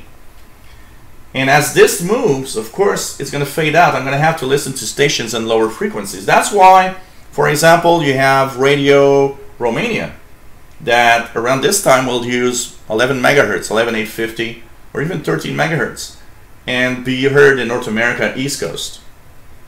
But at 0-100 hours, this will have moved, and at 0-100 hours, that gray line zone will be over me. Most of the Atlantic and Europe will be in darkness. You got to go down in frequency if you want to propagate to North America. So Radio Romania goes down to 9730 because we're in the summer. 7375, that's going to be good. And then the winter time, because the zone of darkness is even bigger in the northern hemisphere, they're going to even go lower. They're going to use a 6 megahertz frequency and a 7 megahertz frequency. They won't use a 9 megahertz frequency. Once again, for a very simple reason. The winter and the summertime is very different in propagation, especially the closer you are to the poles. So the higher latitudes you guys live, the more the effect of winter and summer can be seen in propagation. Why? Because here in Montreal, in December, sun rises at like 7:30 a.m., sets it's about 4 p.m. Very long nights, very short days. In the summertime, the same situation here in Montreal is that my sun will rise at 5 in the morning and set around 9 p.m. Much longer days, shorter nights. So the farther you are from the equator, the more the effect of summer and winter propagation has its effect on you. So there's all sorts of propagation things happening depending on the time of year you are at. And so gray line propagation is an important part of DXing. An example here, gray line propagation for, like Western Australia, all the little islands in the Pacific here. You're at that gray zone here, and I'm at the gray zone here almost when you're in this zone. So this opens paths of propagation of different things you can listen to that are enhanced and amazing.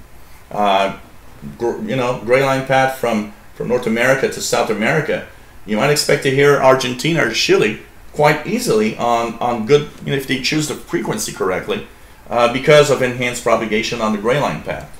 So you can see, guys, that there's a lot of complex things happening with propagation. And we'll continue on a little in a short while. I'm gonna take a break of, you know, talking about that, as it's a very, very heavy subject, but we are going to continue in you know, after we tune it around a little bit and talk a bit with the chat room again.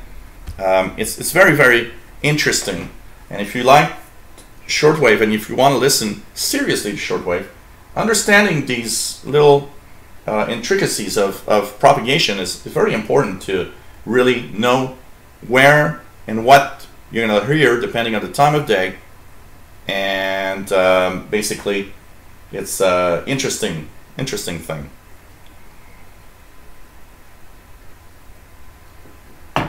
Okay, so what else do we have here? So Brian, Iowa, nice to have you here.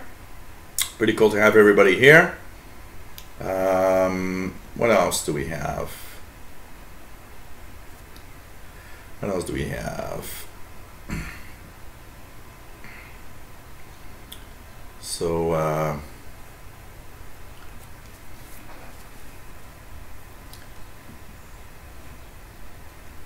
well, it's normal that you had 7355 Richard this morning. For you, morning, okay, let's look at the map again here. Let's go here. So when it was morning for you in the UK, which is here, it was dark up to North America. So you would hear easily on 7 megahertz, because it's the darkness path through the Atlantic Ocean and North America. When it's morning for you, it's dark still in the Atlantic and pretty much all North America.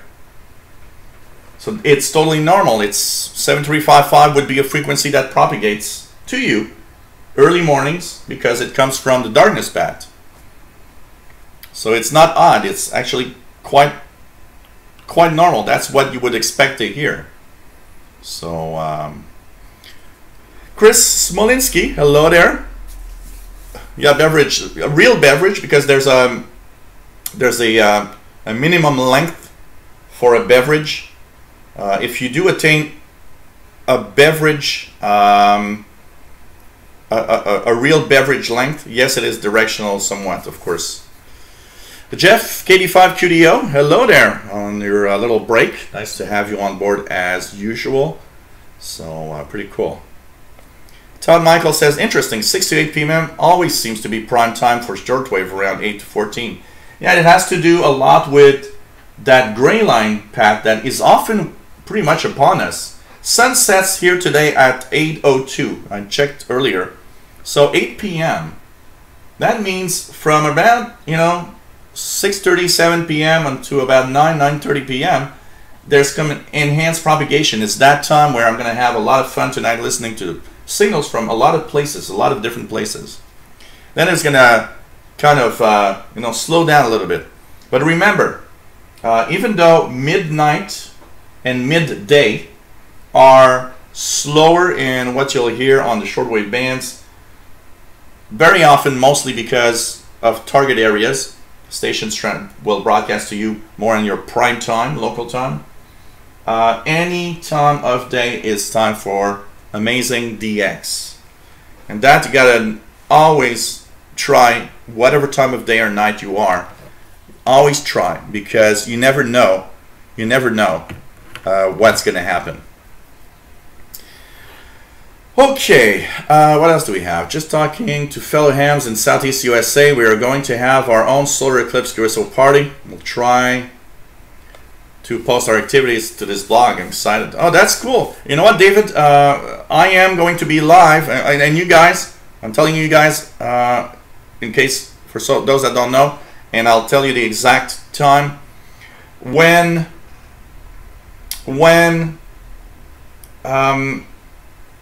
we have the solar eclipses on Monday, August the 21st.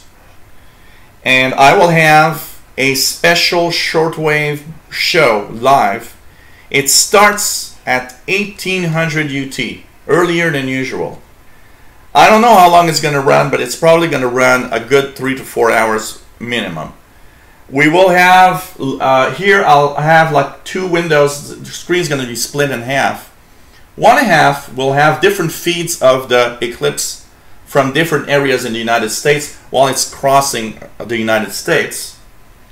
And the other half, we're going to, maybe I'll have my SDR, and we will do experiments. One of the experiments that I've seen on one of the shortwave websites was to test out WWV frequencies as the eclipse progresses across North America.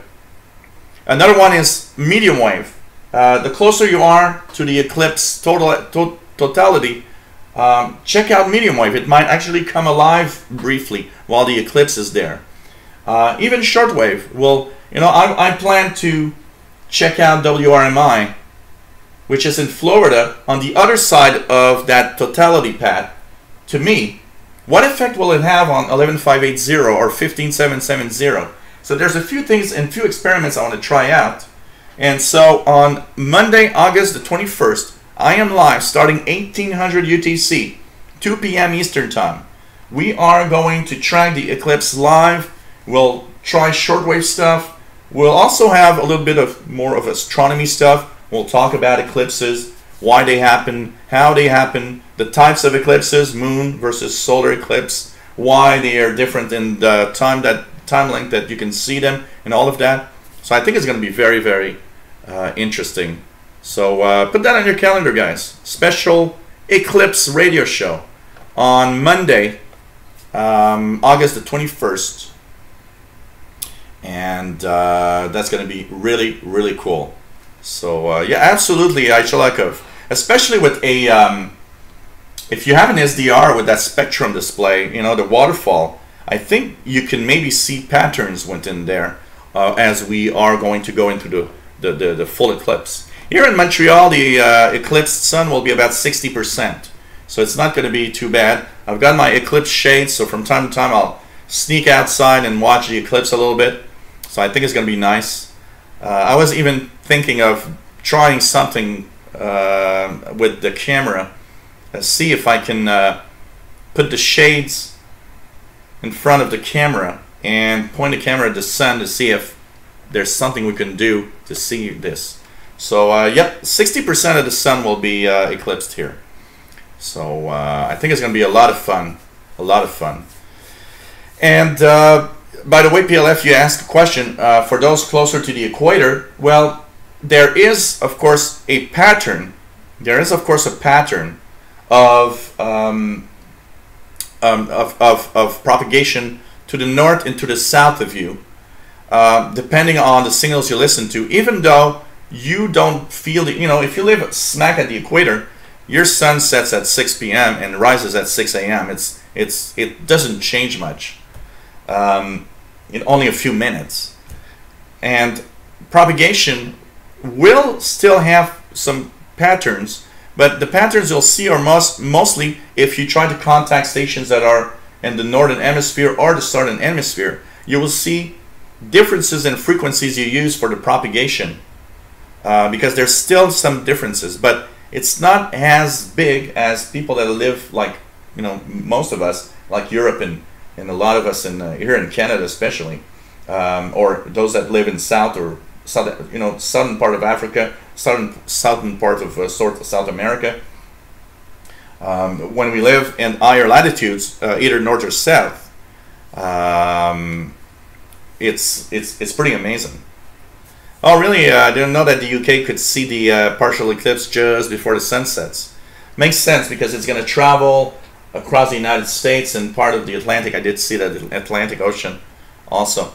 Here it's going to be about 60%, so it's going to be very, very nice, for sure. For sure. So you're watching the Shortwave Radio Show. Hope you guys are enjoying our little show. Let me just check out here to check the different little propagation stuff. By the way, everybody that sent me a donation through PayPal, I'll send you an EQSL. It's almost done, so you guys that are waiting for your EQSL, should be this weekend, probably. Jerry DX says 90% where he is. You know, I've seen a total solar eclipse when I was at a trip with school when I was young. It's something you'll always remember all your life. There's something unique about that. The last really major solar eclipse, I would say, was around 1992 here in Montreal. Sun was eclipsed at 93%, something like that. That was quite weird. Also, at 93%, the surroundings took on a very weird pinkish kind of salmon-colored landscape. It was very, very weird. But it's anyone that lives, any of you guys or girls that live close enough that you can make the trip for the viewing of the total solar eclipse, do it. I know they're expecting a lot of people along the path. I was seeing a report the other day of how they were going a little crazy because they're scared of all the amount of people that will be, all around that path of totality to view the eclipse in the United States.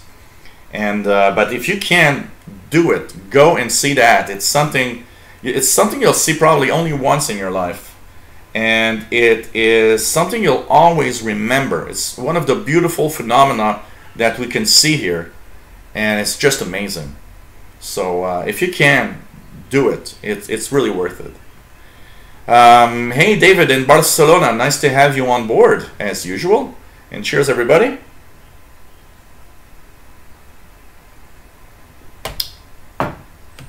When I'm sad, you know what, Scotty Tier 6, you had the 8055A power supply on your R75.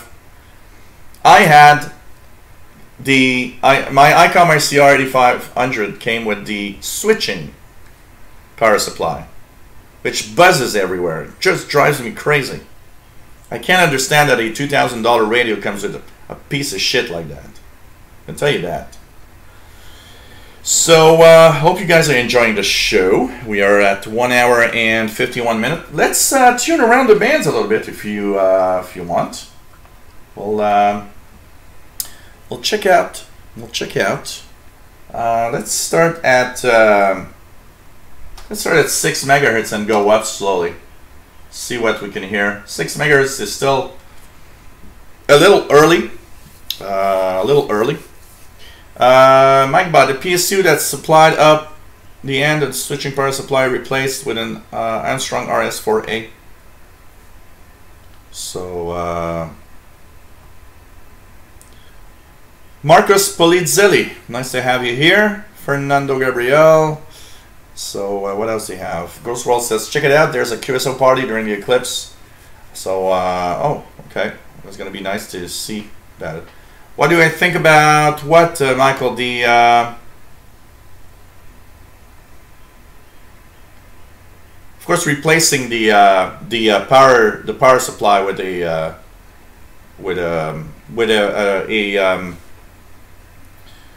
linear power supply is the best thing that you can do. I did see some really good switching power supplies that were very high quality and did very little noise. It exists, but most of the switching power supplies are really crappy and just make noise everywhere, for sure. So last full eclipse in North America, 1918. So wow.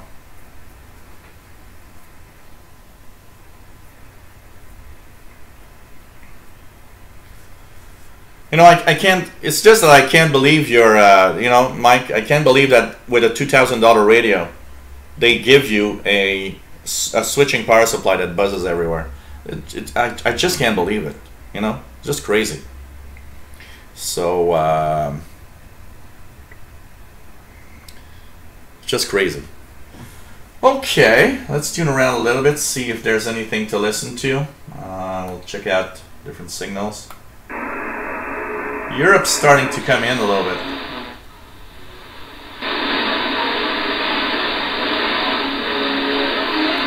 There's some music on 6195. Let's check out 6195. 6195 at this time would be, there's a possibility of the BBC. Anything else? 22. Voice of America. We're at 2154. So it could be Voice of America to East Africa from Botswana. It could be the BBC. No, the BBC is starting at 2200. So technically this could be Voice of America in English with some music right now on 6195. Already making it here. Not bad. Not bad.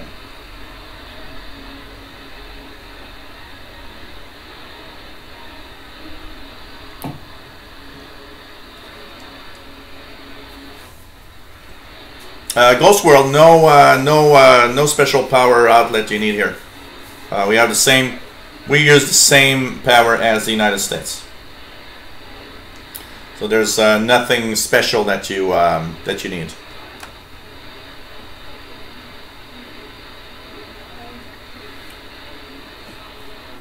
C. Johnson, I'm using a 22-meter long sloper antenna, about 75 feet east-west direction.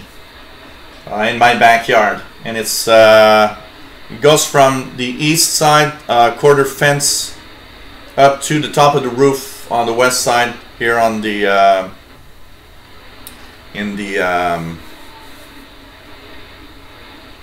on the roof. So it's about 75 feet long. It does a great job. And 5XTC Scott, I'm drinking the Saint Ambroise IPA, India Pale Ale. 6.2%. Pretty amazing. Very tasty. Really, really good. Oh yeah, I did have the one to the telephone pole before, but now I changed it for this one. The one on the telephone pole actually broke off at some point because the problem is there's a tree in the way. And when it's very windy, even though I did give the wire a lot of slack so that it can move around, and basically one day it was really windy and the wire snapped in the middle. And the funny thing is I was in the neighbor's yard in the middle of the night trying to fix it. And Paul the cat was outside. And, you know, we don't see a thing at night, but the cats do. So I was actually, I was really... you know, pulling the wire out, and sometimes there was like a resistance. I was wondering why, and then I looked behind the tree. Paul the cat was running after the wire and trying to attack it as it's moving in the grass. So it's like a very complex thing. And finally, I had a donation of this antenna. This is a IN feed antenna. It's an antenna. It's a bought antenna.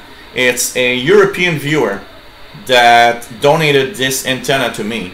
So it has 22 meters of wire, and it's ended with a nice little box that has a connector for the antenna, for the wire, for the coax, and it has a 9-to-1 unun, unbalance in it, and it's great. Works really, really, really great. So, oh really, Jerry, Saint Ambroise. So anyway, it's a lot of fun. Having a lot of fun with that antenna. Works well. You know, I got a lot of noise, but it still works pretty amazingly well. So let's hear.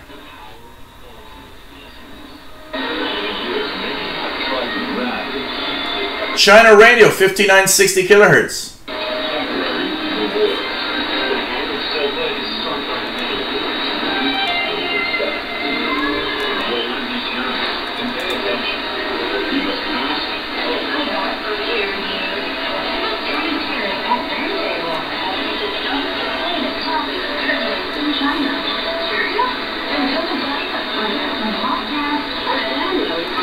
They're about to, I believe, sign off. I'm surprised to hear China Radio from Albania at this time.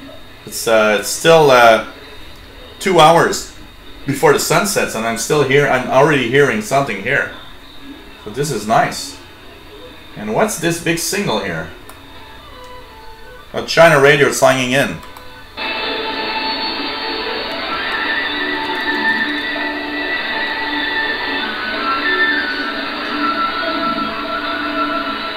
So China Radio in Portuguese signing in. This one is from Albania also.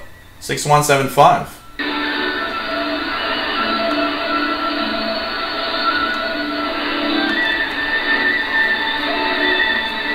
Take care, PLF Radio. Always nice to have you on board.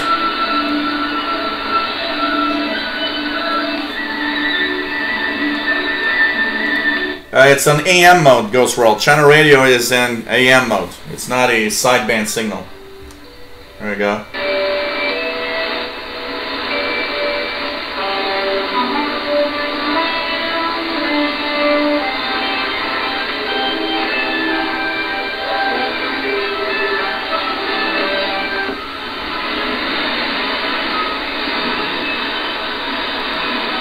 6195, it was weak, but 6195 was the sign off of VOA with the Yankee Doodle. 6195. YRAT, hello there, no problem. This is the AFEDRI, A-F-E-D-R-I, software-defined radio. It's an amazing radio. It does long wave, medium wave, and short wave only. And here it is on the network, so it's networked, and it works great. So I have access to it everywhere in my home, and of course I can put it online if I want to. So really nice. So what else do we hear in the shortwave bands if we tune around a little bit? Stanag. Let's put it on upper sidewing here. Some radio teletype.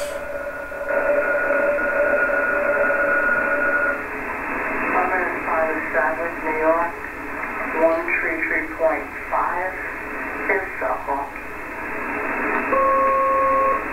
6577 New York, aeronautical frequency for the airplanes in the Atlantic Ocean.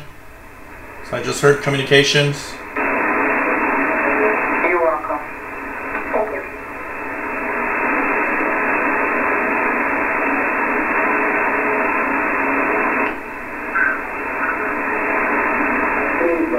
Listen. 6604 is 6604 is the aeronautical volmet from New York. So BBC now on 6195. I might just try it for the fun of it. 6195. Nothing on 6195. Niels Pedersen. Last total eclipse in Sweden was apparently June 30th, 1954. Next one does not occur until October 16, 21, 26. You'll be a really old man. Actually, all of us will be underground somewhere.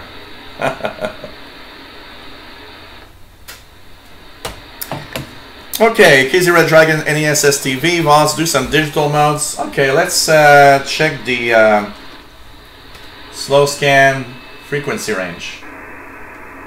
See if I hear anything. Nothing much.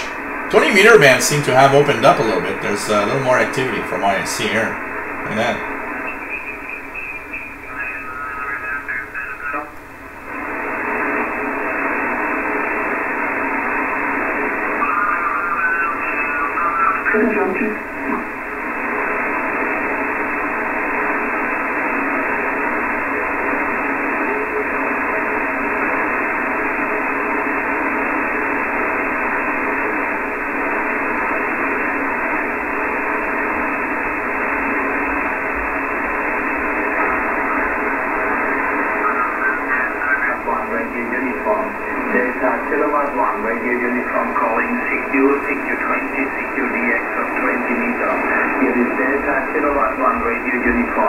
DK1RU, Delta Kilowatt 1 Radio Uniform from Germany on 14219. Take care, John. Nice to have you on board.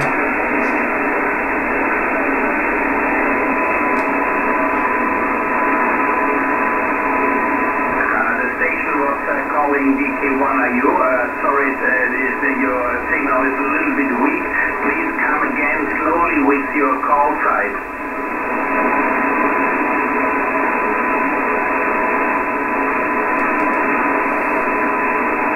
So DK1RU from Germany on 14219 upper sideband. For those that want to tune in. David Arden says, I live near the Atlanta. I am going to try 50 kilowatt station in Macon. It is only 1 kilowatt at night. What will the eclipse do? Actually, what's going to happen with medium wave stations, okay, just to give you an idea, on the medium wave bands, the darkness patch should enhance, you know, at nighttime, the medium wave band is often better, and we hear stations from far away. So we expect to have a little bit of that happening because no sunshine will be for a few minutes on the ionosphere. So it's going to start having kind of the properties it has when we are in darkness. And the lower part of the frequencies for shortwave might also be affected like that. Well, actually, maybe all of the shortwave bands. But it is it's anyone's guess if the eclipse and the fact that there's that little pad of totality and everything has a really huge effect, but it's going to be very, very interesting to see for sure. These big bands here are local interference. This comes from I don't know where. It doesn't come from my home, but this is interference. It's a kind of a hashing sound, like a white noise. So yeah, but still, you know, the vaults. What you gotta know is that yes, for that little chunk there, probably that is too short to do anything. But the fact that around it, you'll have for more than a few minutes, you know, 60, 70, 80% of the sun covered. I think what could be interesting is that, you know, if more than half of the sun is covered at a specific time for many minutes, because, for example, here we'll be at 60%, but the time that it takes for that 60% will be more than just a couple of minutes. There might be, you know, just that the fact that there's less solar radiation, even though it's not zero, might maybe have some kind of effect. But because it is true that that very small portion of totality, it's so short-lived. But the fact that around it will be 80, 90%, maybe something will happen, you know. Of course, I would expect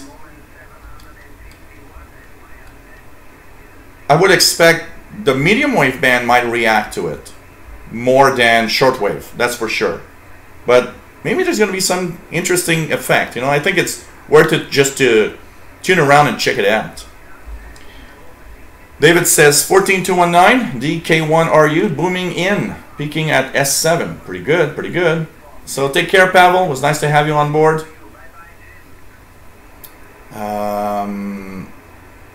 WSPR, Whisper. It's a form of digital mode, Casey Red Dragon.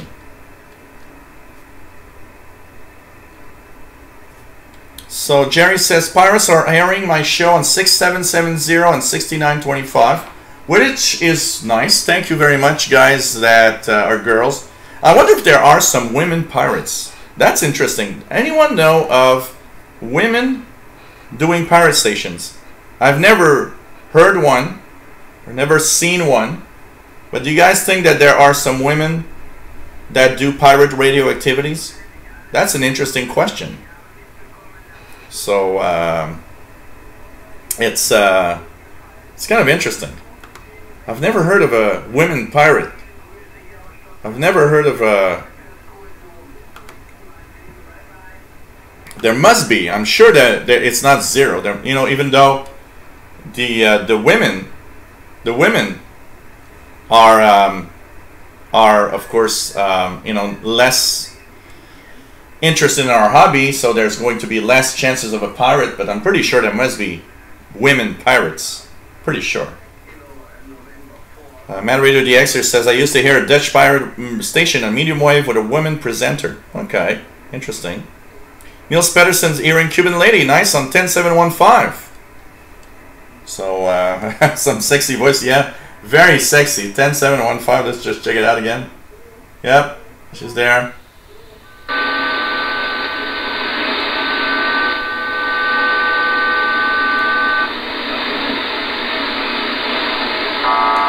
So 10715, the Cuban number station again. Let's check out the digital modes in the 20 meter band. We're gonna go to 14070. I'm gonna spread this a little bit.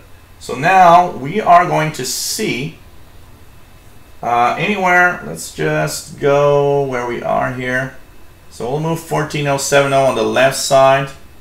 Okay, so we've got pretty much the 20 meter digital mode frequency range, 14070 up to 14100. So let's check out the different signals. Let's put ourselves in upper sideband. Yes, I've got that noise smack in the middle here. So, but these are signals. So let's check out what we have. I'm going to fire up FLDG. And we are going to check out what we have in here in digital modes. So, okay, these are other modes that I'm gonna do those a little later. So here, what do we have? Anything here? Not much here, right?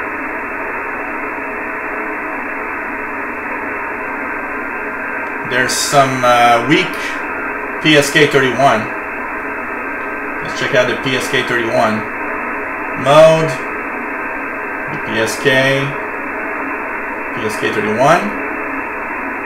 Let's see here. Let's lower this volume. Okay, let's go here. There's something here.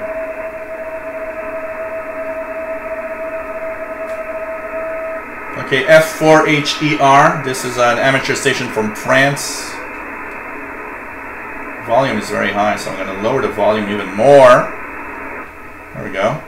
It's going to be better. So let's check it out here.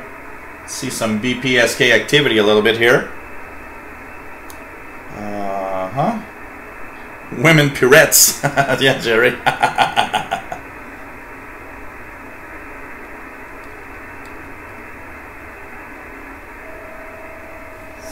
Go. Anything here? Okay, C3.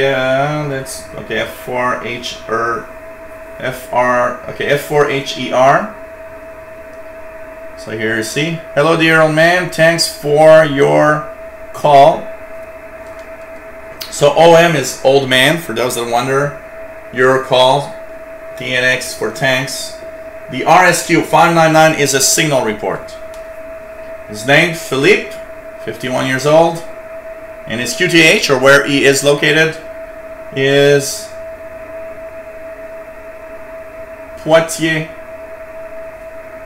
France. DD FM 86 is the grid locator. No, locator is there. That's different. JN06CL is the locator. So he's talking. Okay, he's ending his contact. So you always end your contact with your call sign last. That means he is talking to CF3MBT and he is F4HER. And like I always say, you can go to QRZ.com to know these stations, who they are and where they are from. So pretty cool. So, you know, it's kind of nice. Propagation is very surprising tonight, like yesterday. On the lower frequencies, I've noticed that there's some kind of enhanced propagation lately. But here's another station, but it's very weak.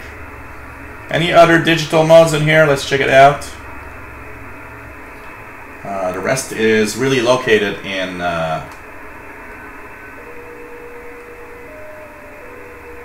these are JT65.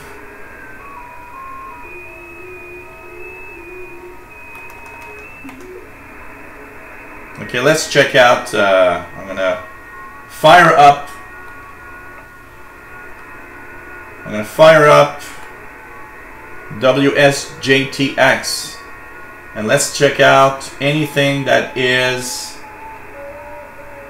So we're in FT8 mode, which is in the 20 meter band. So FT8 mode is 14074, and you can see that I'm actually tuned to that frequency here. And look at that! Look at all the stations checking in. So CQDL5 is a station from Germany. W6, the west coast of the United States. IW0, I would guess Italy. DF9, another German. IW4, I would guess another Italian. Wow, look at all these contacts. This is amazing. The amount of contacts here. That mode is FT8. It's a new mode. It's a relatively new mode that you can have on the trial version. Okay, not the trial version, but the release candidate version, which is a beta version of WSJTX. So you got to be at version 1.8.0 or more to have this mode. FT8 is a new mode, and it's just amazing. Look at all the contacts here. Just crazy. Just crazy. Fernando Gabriel, I can listen to the space station on. I can listen to the space station on a VHF with my ICOM in a. I have a little vertical antenna that is eventually. And Tom Michael's asking the question. You know what? I'm still waiting for the balcony to be remade, but you know what? The hell with it. If it's not done in the next week, I'm gonna set up the discount and back, because I can't wait to get the discount up for sure. I'll tell you that. So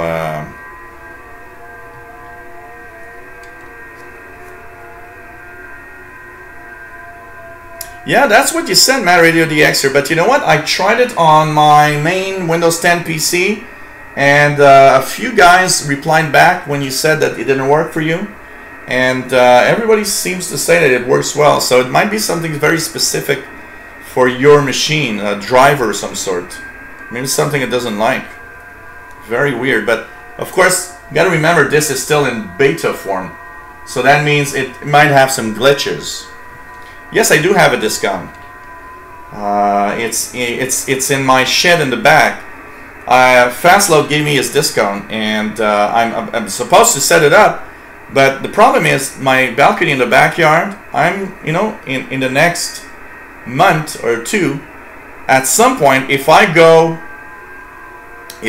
outside, I will go through the balcony because it really needs to be fixed. Now, it was supposed to be done at the 1st of August, and now it's not done yet. And I was waiting for him to do it, because one thing that I don't like is I don't want my landlord to see a gazillion antennas put up, because at some point he might say like, well, I don't like that and I don't want to see it. So I was kind of waiting for him to do it, because if I put it now, he's gonna see it. He might not say anything, I don't know, but so anyways, I'm gonna put it up soon. I've got everything needed, I just have to put it up. So I think it's gonna be cool. So really amazing. But so look at all these contacts. This is amazing. This mode is really picking up speed. Look at all the contacts you get here. So many more people are using this one because it's faster. The typical contacts are 1.5 minutes. On JT65, they're like 6 minutes long for a full contact. So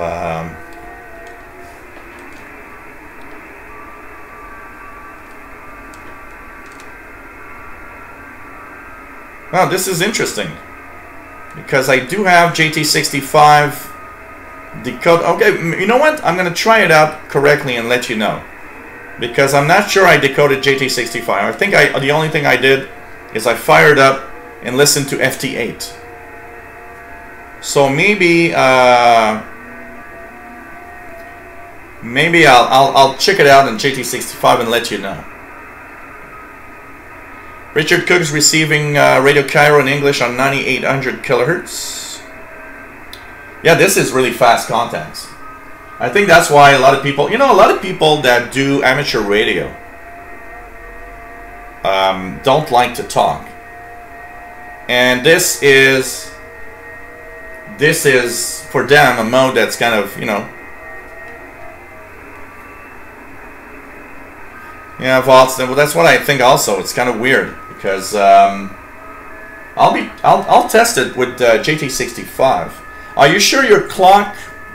You probably checked it out, man, but you make sure that your clock, your computer's PC clock, is very, very precise, because you know that JT65 and FT8 require that your clock be extremely precise in time for this to work.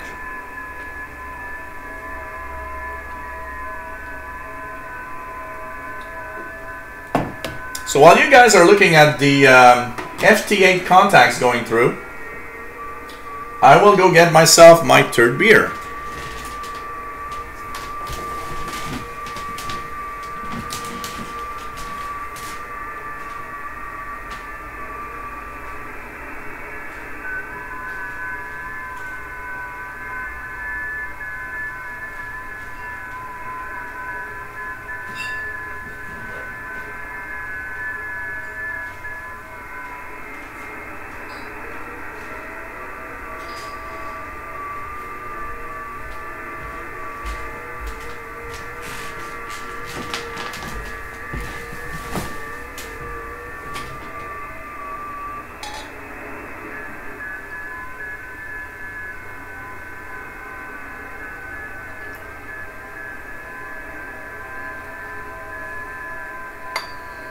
It is kind of interesting. I don't know, Mad Radio DXer. I'm gonna check it out on my side. I installed it on mine, but I believe I did not. Test JT65. I only looked at FT8. So I'm gonna check it out and let you know.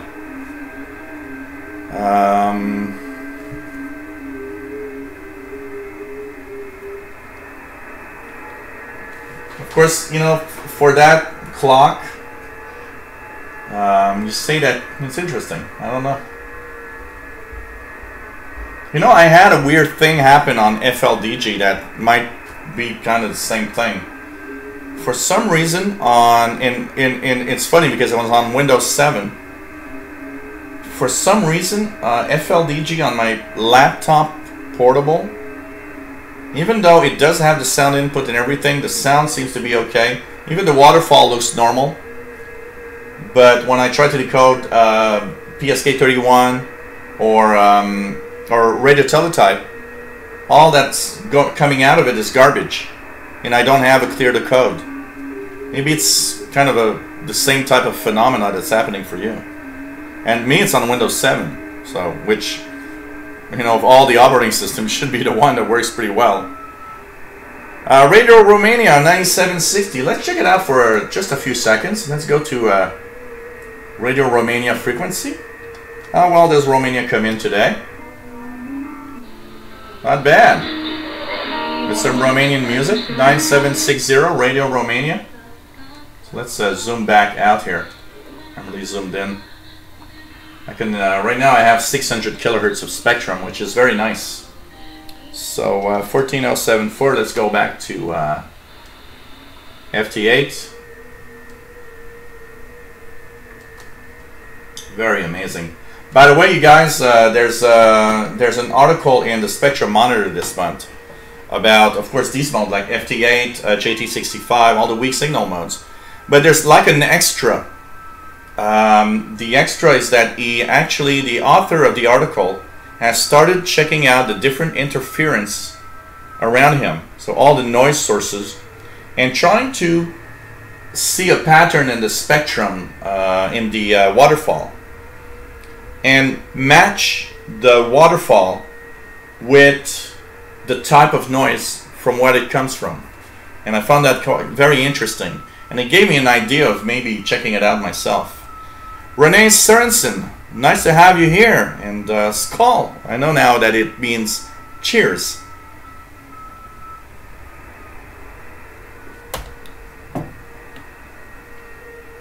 The airplane frequencies over the Atlantic are all voice upper sideband. And there's a lot of activity usually. So they're all voice upper sideband. Absolutely. Hey, Richard Dribble, nice to have you on board. So, pretty cool to see everybody.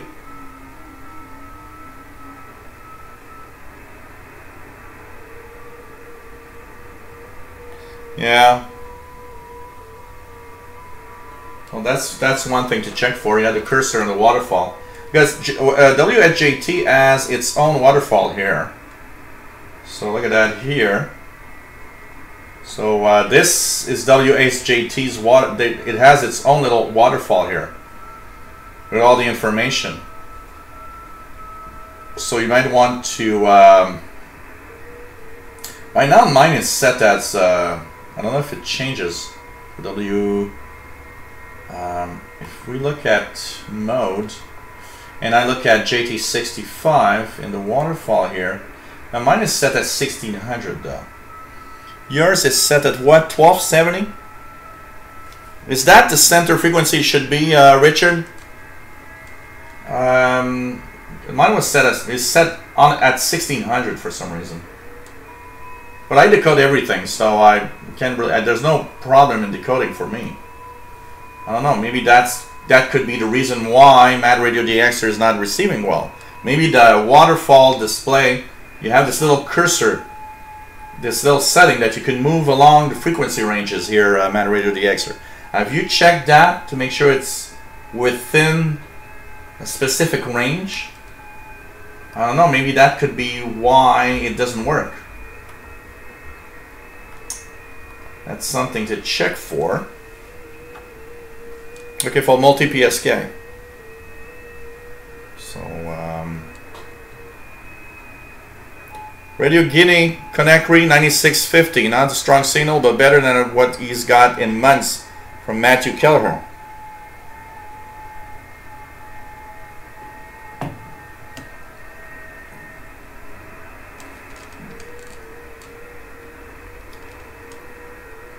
You know, Niels Pedersen, all I can say is my landlord is a stupid dumbass. And it resumes really well who my landlord is. So the less I see him and the less I have to deal with him, the better it is. So I put up antennas without asking because I know that his answers will all be no. But I just like, no, I'm going to do it. And, you know, F you if you're not happy. That's pretty much what I think of that landlord. Gotta say. Richard Cook says, Voice of Korea coming in on 13760. Wow, that's cool. Casey Red Dragon, no, well, the only spectrum analyzer, I don't have a spectrum analyzer per se. The only spectrum visibility I've got is the waterfall of these HD SDRs. Okay, nothing works there, Mad Radio DXer. Okay, well, that's interesting. That's interesting.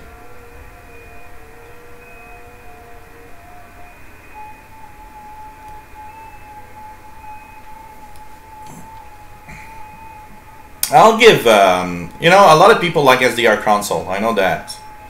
I'll give SDR console another try and see. But as of yet, HD SDR is the one I like the most.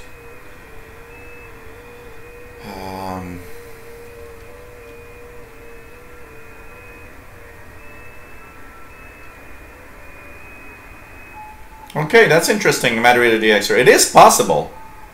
It is possible that, you know, maybe the, you know, when we do new versions of software like this guy, probably,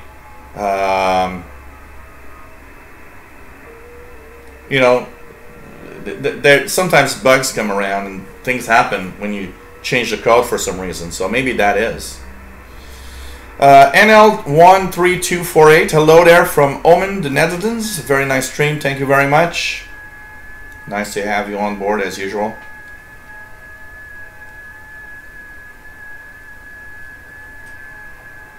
What about Ever thinking of dyeing my hair blue? Yeah, it should. You know, with this and SDR, it's all that's missing. Actually, I should maybe I should disguise myself as a strumpf. For those that know what that is.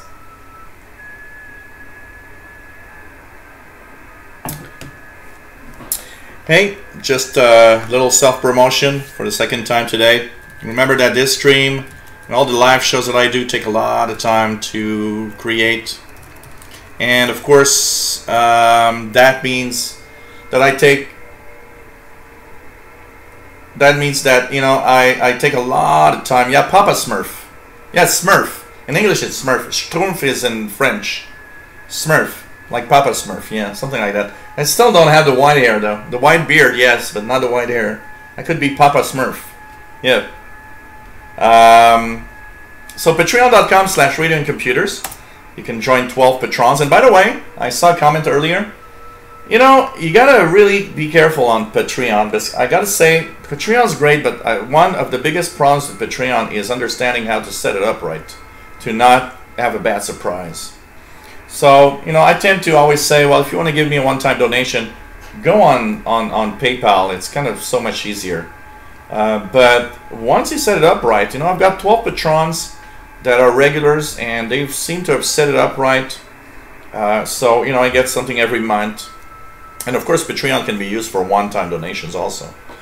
For those that have my old Yahoo email, it still works on PayPal, but I've got a personalized PayPal now, which is paypal.me/shortwave. You know, I take a lot of time for these shows. I'm increasing my output of shows actually also. And the only thing that helps me continue is donations, because AdSense supplies a nice amount of money. The problem with AdSense is that it's lower and lower all the time. And at some point I have to compensate because I can't live off of AdSense only. And you know, I like doing these shows, and I like my output of shows, and I know a lot of people love the shows. I get positive comments about this all the time. So if you like what I do, if you want to support me, help me continue on with what I do, please think about it.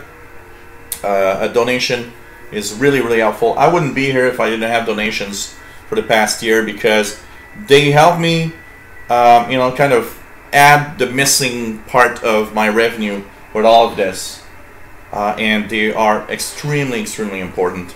I know it's annoying, you know, I feel like a beggar at the corner street, but it's something that helps me a lot in continuing what I do. So it's very welcome. Thank you for everybody that have donated, by the way. You guys are great. And for those that can't, it's okay. And of course, it's always cool for everybody. And if you never gave anything, and you watch this show, or you watch any shows that I do, like what I do, you're a follower, why not think of a little something? And thank you so much. What's my temperature today? Here it's 80s, so it's like 27 Celsius. It's summertime. It's really summertime here. Wow, 9 Celsius is cold. 9 Celsius is the kind of temperature we'll have in the month of October here in Montreal. But usually July and August, it doesn't happen often. We dip below 20 Celsius. Here, summer is really more of, sounds more like tropical than northern country. But you know, we're moving there slowly. So you know, almost mid-August soon. So slowly, temperatures are going to start falling here too. So it's warm. 25 Celsius in Toronto, 79.7 Fahrenheit in where Jerry is. Well, it's pretty close to here, about 80 Fahrenheit, 27 Celsius. But we haven't had, you know, Montreal usually has, I think it's an average of 5 or 6 days at 30 degrees Celsius every summer. This year, I think we had 2. and it's been a little cooler this summer than the average summer we get usually. So and I'm okay with that because I hate when it's really hot. So I'm okay with that. But you know, it's just a little cooler.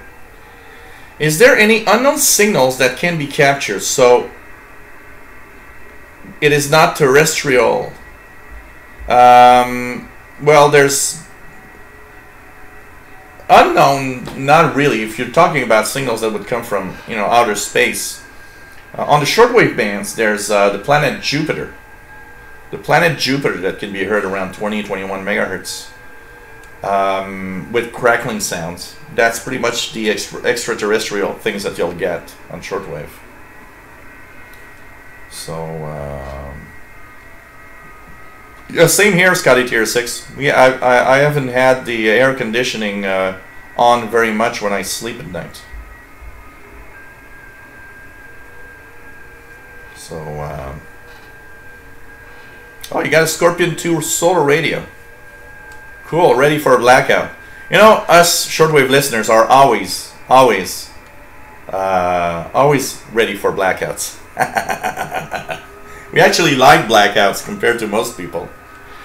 Hey, you're watching the Shortwave Radio Show. We've been on now for 2 hours and 35 minutes. And this is a show every Friday at 2000 hours Universal Time. So, you know, put that on your calendars for those that wonder. Every Friday at 2000 hours UTC. And we are every 2 weeks on Saturdays. The next Saturday show, which will be Saturday the 19th of August, we will be live from the Canadian International DS Club Barbecue in Greenfield Park, Quebec. This is going to be kind of cool and kind of a nice experiment for a live show. So it's going to be really cool. Matthew Keller says mild temps in Denver for the past week, highs in the 70s. So lots of rain, very much not the hot and dry condition we usually have in August. Yeah, here we had a very weird summer. Henry of the Extra says in the UK seems summer's ended very early. No. What else do we have? Bobby Burgess, current temperature is 86 where he lives. Not bad.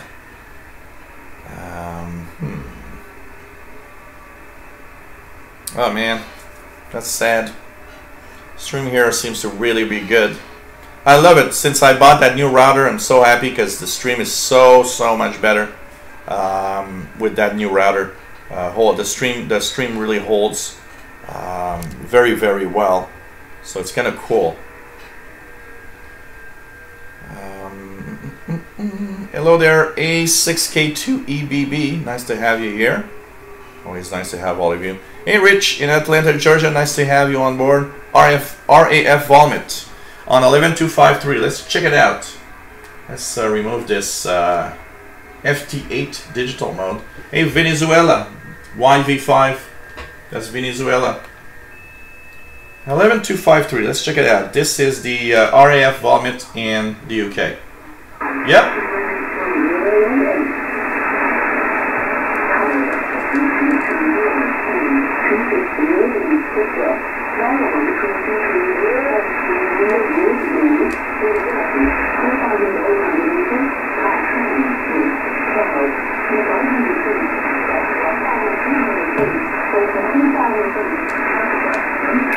So this is the Military Royal Air Force weather station in the United Kingdom, 11253 upper sideband.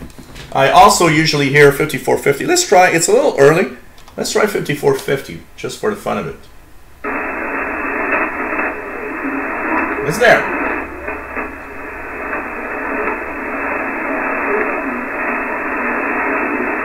It's there. It's going to be stronger as we go into the night, but it's there. So 11253, Richard, not 11453. 11253. Yeah, upper sideband A6K2EBB. Take care, Alex. PA1 SBM, nice to have you on board as usual.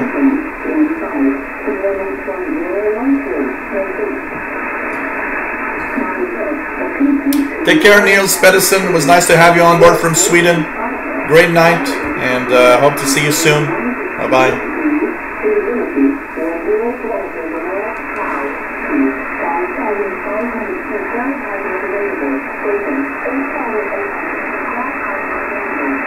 Yeah, Richard, 5450 should be pretty good at your location. It's very local. Okay, you guys want to, you know what? We're going to do a quick down. We're going to go from 30 megahertz, and we're going to go downwards from 30 megahertz and see what we can hear. So a lot of noise. A lot of noise. Check it out. Let's check it out. Anything special? What's this? Nope. Noise. Nothing special. 10 meter band. 10 meter band's pretty much dead. I got these noise lines at regular intervals. Let's check out quickly. Anything of interest in here? What's that? Just there's something here.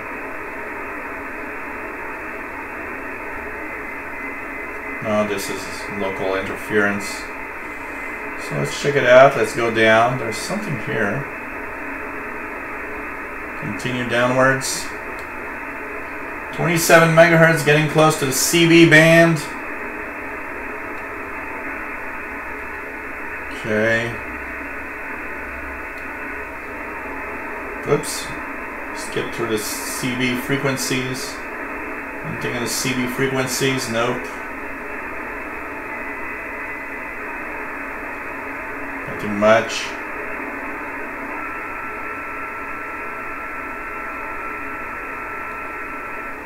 Nope.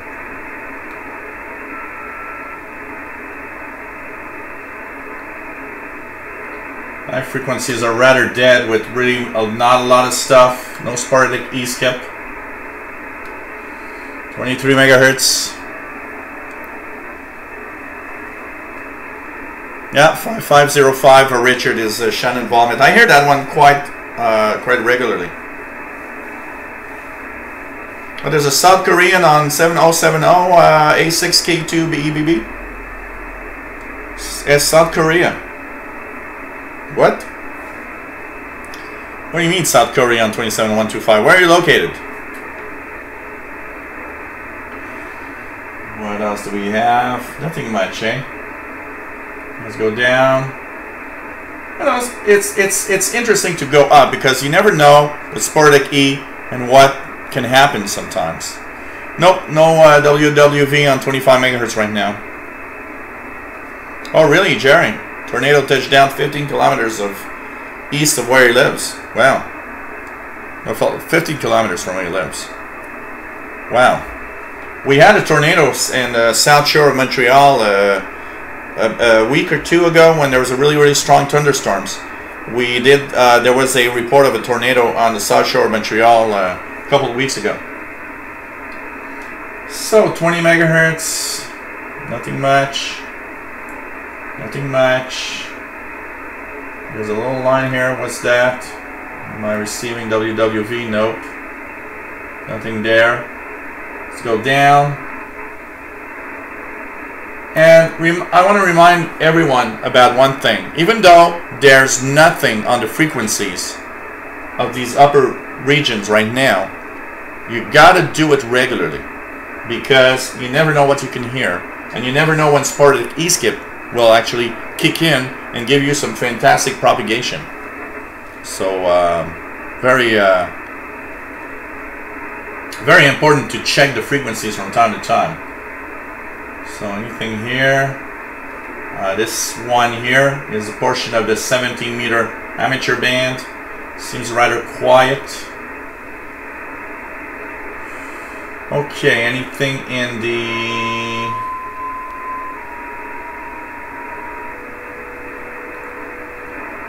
17 megahertz range? Nothing much. Nothing much.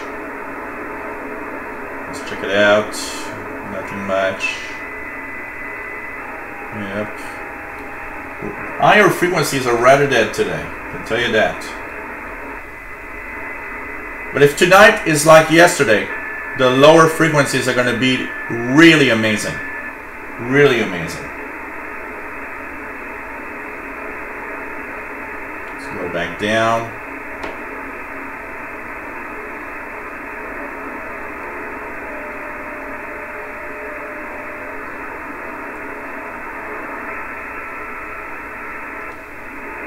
That's amazing. Even the 19-meter band looks dead. Let's check it out here. Let's check out the 20-meter band. Let's zoom in a little bit to the 20-meter band, more specifically, like you know, starting from 14,130. Let's zoom out a little bit. There we go. And let's zoom in here. Okay, let's check it out here. Anything on the 20-meter band of interest? There's something here.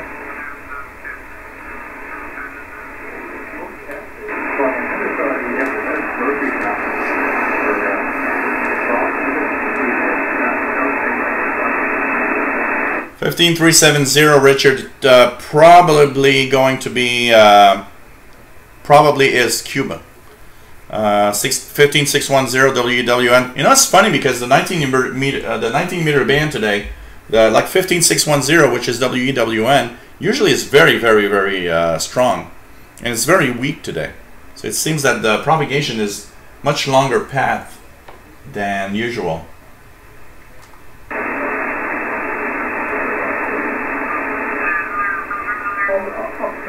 Okay, Dave, I'll say 7 trees for a moment, and thanks for coming back into us there and giving us a call this evening. Kilo Golf 2 Sierra Alpha from EI6 DCD in Ireland. Go ahead. EI6, which I believe is a Spanish station on 14228. What's up here? We've had joiners, we've had electricians, we've had in all week, and the joiners are back tomorrow morning. They tell me they're going to be finished by 12 p.m, but I'm not so sure they are going to be, but they tell me they're going to be finished by 12. So, yeah, the house is full of dust, as you can, even though we try and contain the dust, but it gets everywhere. We're going to try and tidy the house, clean the house after the job for the grandchildren coming on Sunday, or whether we achieve that or not, I'm not sure, but we'll wait and see. But what about yourself? What's happening at the weekend, Noah? So some station of 14285. Hey, Bullfrog 89, KD2CXU from the shores of the St. Lawrence. Nice to have you on board as usual. And always no, I'm not going out tonight, Richard Tribble. I will be staying at home like a good little boy. I've have some I actually will have some chicken. Well, it's rosé sauce pasta with some grilled chicken on top. I grilled chicken on the barbecue today at noon. And what's left, I'm gonna add it to a. I will add it to a rosé sauce with pasta. I think it's gonna be good. So I think it's gonna be good. So tonight's staying quiet. Want to be in top shape for tomorrow.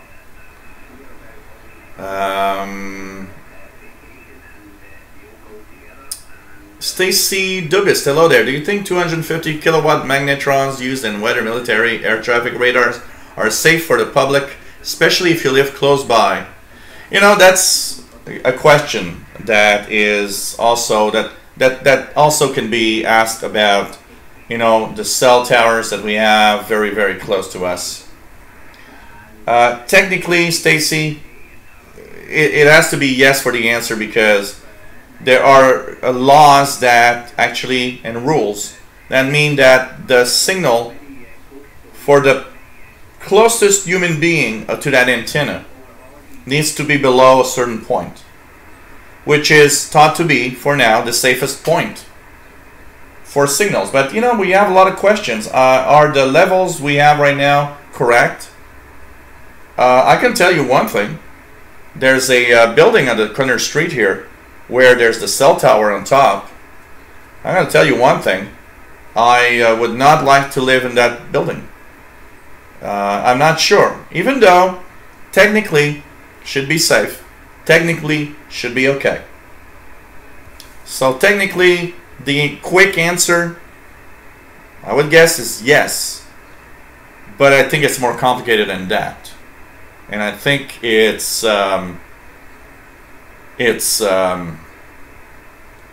you know, maybe there will be adjustments to these levels in in future times when we have more and more of these, you know, radio signals all around us, basically.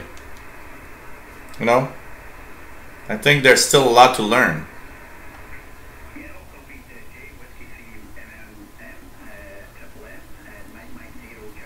Oh, I'll check it out, Bullfrog, for sure.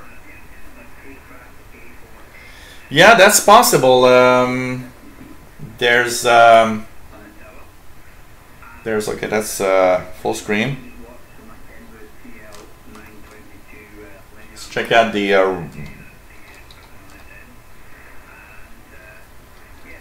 let's check out the radar here in my area. Radar for Montreal. And Montreal, here we go. This is the weather radar. Yeah, whoa. Look at that, guys. Montreal, I'm here. These are thunderstorms in the area. Let's do a little animation here. And, well, they're Miss Montreal. They're moving up. Oh, this is so awkward. They're moving upwards. Usually, you know, it's west to east. Today they're moving upwards. So weird. Maybe something here that can, but for now they're kind of missing the area. Let's cross our fingers. Let's cross our fingers. And I haven't seen a lot of the streaks across the waterfall, basically. Your own accommodation, and I've done that. You see your house on that map, Bullfrog? You know, perception of a vacation is different. Some people want to stay up and party and have a drink, and other ones want to go to bed, and other ones want to do something else, watch TV or chill out on the settee. But you know, everybody's different, and it's you know, you need your own space at the end of the day. I should do that. And now the weather, thunderstorms are moving into the area tonight. And now let's see what DX the cat or Paul the cat thinks about these thunderstorms. Meow. Oh, he's just answered. He's unhappy. So, oh man. So what is that station? 59 plus 10. So back to you for the final. Whiskey 3, Triple Mike, from Mike 0, Charlie, X-Ray Zulu, listening to your final, Roger. Mike 0 is a station from the UK, I guess. Mike 0. So you're from the UK or Ireland, but it's Mike 0 somewhere in the UK. 14285. What else do we have here? There's a strong one here. Let's check out what we got here. 7-3, guys, take care.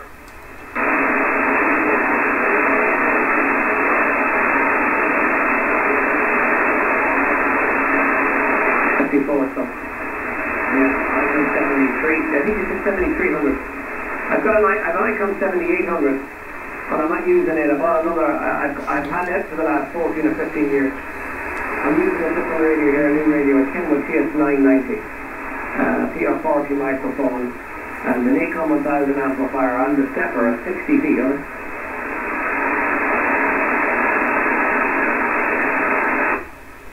So lots. There's some activity on the 20-meter band for sure.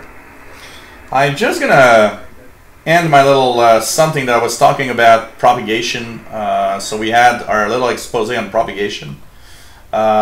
We're just gonna continue on with some specific things that can happen. So don't look at the Czech Republic name on the top there. Has nothing to do But one of the interesting phenomena that's left that I wanted to talk about that can impact the shortwave listening, and especially on the higher frequencies. Before I continue, just going to say to NL13248, my SDR has a 22 meter long sloper, northeast direction, about 75 feet. So that's what I'm using as an antenna. It's in my backyard. It goes from the east, from the fence down the backyard, up to the top of my, the roof of my 3-story building here. So that's pretty much what I'm using. So, okay. What else do we have? I think we can safely say that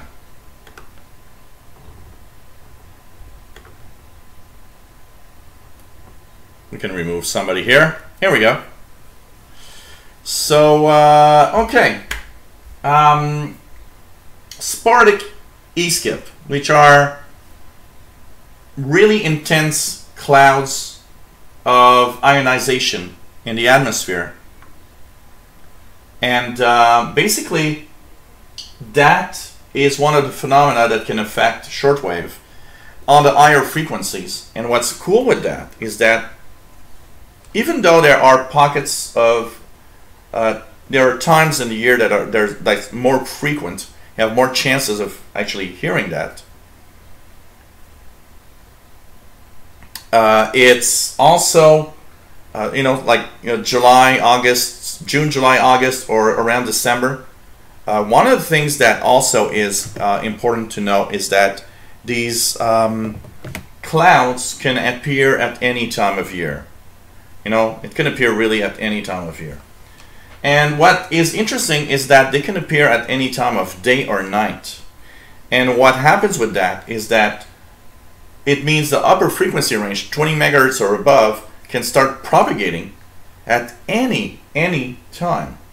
And it's very, very interesting because when they actually appear, you start hearing signals in the 10 meter band up in the 28 megahertz or on the CB bands. So, you know, one of my tests for that, by the way, is to just go on channel 6 of the CB band, which is 27025. And there, I listen. Right now it's very quiet. But if I start hearing tons of signals here, this is channel 6, that means sporadic E-skip is probably happening. And that, I'm going to start tuning around the higher frequencies. 25, 26, 27, 28 megahertz, 10 meter band. I'm just going to listen. But even more, if the sporadic E-skip happens and it's very intense, it can actually propagate signals in the VHF range, 30 to 50 megahertz, even the FM band. Some people DX the FM band with that. So it's very important to check it out. And you know what? Check it out from time to time. Because you'll be surprised. One day you'll tune in and you're going to say, hey, there's tons of signals here. There's sporadic E-skip. And it can happen anytime. Even though, like I said, there are periods that are more intense for that. It's just going to happen anytime. And it's worth it to check it out. So it's a phenomena that's not totally, you know, known why it happens. But it does seem to be weather related when there's a very, very intense cold front and going through, or it's, you know, when it's very hot. I've noticed here in Montreal when it's very warm and they're announcing that some cold weather is coming.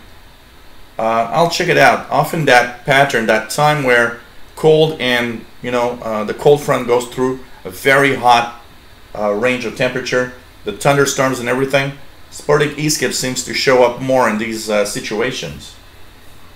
Another thing to think about is meteor scatter. And this weekend, by the way, is the Perseid meteor shower. It's happening this weekend. Tonight, tomorrow night, and Sunday night are the 3 days to look for. The Perseid meteor shower, one of the best knowns, probably, because it is a strong shower, and for the viewing this year it's not the best because the moon is in the way, and of course the biggest time for the meteors is around the early morning hours, like, you know, 3 or 4 a.m. But it is worth it to check out because it is really, really interesting, and you know, it is one of the times, one of the showers that has the most fireballs. So even if you live in a big city where, you know, kind of hard to see if there's meteors, it's much easier with the Perseus because there's a lot of bright meteors. So you might see a couple now or even in a big city. So one propagation phenomena that comes from meteor is meteor scatter. So as the meteor, as the little bit of rock that streaks through the atmosphere, what it does, it ionizes part of the atmosphere in the same way that solar radiation does it, in the same way that, you know, weather does a pattern of ionization in the upper atmosphere. The only thing, ionization from meteors is very short-lived, a couple of seconds to 1 or 2 minutes at most. So on the shortwave bands, maybe it could be interesting to listen to the upper frequencies, like, you know, channel 6 or the 10-meter band, or some specific frequency for, say, a beacon on the high frequency range, like in 10 meters. But this will impact more VHF, UHF, where some amateur radio operators, for example, are specialized in meteor scatter. Most of the modes used for meteor scatter is modes like CW, or, you know, very short-lived modes, because the streak leaves you know, a trail that lasts only for a few seconds to a few minutes. And on the internet, there are what we call meteor radars that use the principle of listening to a distant frequency of a station, and when a meteor strikes, it, for a few moments, propagates that signal, so you hear like a ping sound, and so you can hear when meteors are actually active. Unfortunately, the one that I had in New Mexico, Roswell, New Mexico, has been shut down. It's so sad. But, you know, there must be other ones on the internet. So, meteor scatter, another mode of transmission. And that's pretty much what I had to say about propagation for today. Hope you guys are enjoying the show. Man Radio DXer, I saw your video of some random guy who seemed to take airtime on WRMI instead of Radio Ukraine. Do you know who it was? You know what? It's very weird. I gotta say, it sounds like some kind of guy that just, you know, basically, it sounds like a guy that just wanted to do something. He just, like, paid WRMI, said, I want to be on the air. WRMI, of course, is going to say, well, I got money, so I'm going to put you on the air. And I got to say, it's very weird. I got to say, it sounds bizarre. I have to say. You know, I stumbled upon it totally by accident. And I started listening. I was like, what is that transmission? What is that guy? This is so weird. Gotta tell you. You know what, Bullfrog, because there are channels on the CB band, because that's a great question, actually, because I talk about channel 6, but I never explain it really why. When skip is happening on the CB bands, there are some channels that are more, they're like beacons. Everybody will go to that channel because that's where you know something's happening. Channel 6, 27025 is one of them. There are several. There's channel 6, channel 11, I believe. I think there's one in the 20s, but I don't remember. Channel 26. But, you know, one of the most popular is channel 6, so 27025. So I guess any CBer that wants to see if there's some skip happening tunes channel 6. If he hears nothing, he knows nothing's happening. Or they'll call and see if there's something happening. So channel 6 is one of the intense channels for that. If sporadic E happens, I can tell you within minutes, channel 6 is going to be alive with signals. That's why I choose that one. It's probably the most popular, or close to the most popular channel for skip on in North America. HB9 EYP from Switzerland, 14222. Let's check it out. 14222, upper sideband.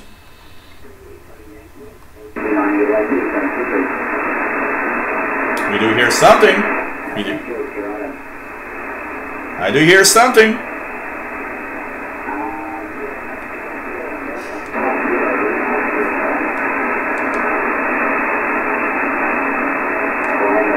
Well, you know what? Channel 19 is not that popular here for skip, and basically it is more of a here in I know here in Canada, Channel 19 is kind of marked as more of a trucker frequency. 5995. If you don't hear much or no modulation at all, Richard, it's Mali. Mali is usually making it with very little modulation most of the time. Let's check it out here. Do I hear something? That's not Mali.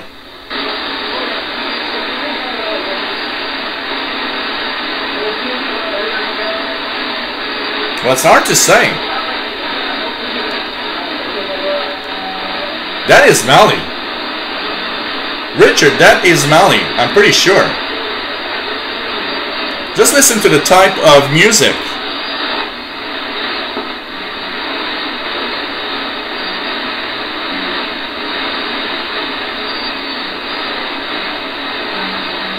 This is Mali. Wow. It usually has no audio. 5995, Radio Télévision du Mali. And it is in local African language. But that is Mali, just with the music. The type of music sounds African. This is Radio Télévision du Mali. Wow. 5995.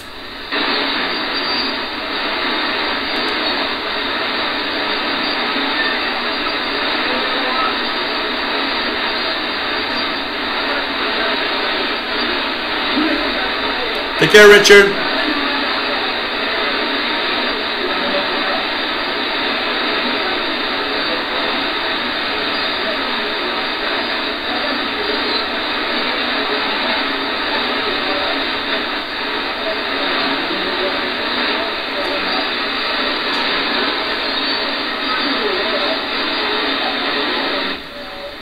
Wow, this is cool. Mali on 5995. This is amazing. 50 kilo. I don't think it's just 50 watts. Yeah, it's amazing, Richard. We got Mali tonight. You know, I've been monitoring that one many times, and the audio was never there. It's the first time I hear Mali with an audio that we can understand something. Wow. I'm a little kid again on shortwave, listening to some signals. Who said shortwave is boring? We've got Mali. That's not, you know, that's DX. You know that Syrian guy earlier that said, well, there's no DX to be done on shortwave. Hey, Mali. That's DX, 5995 kilohertz.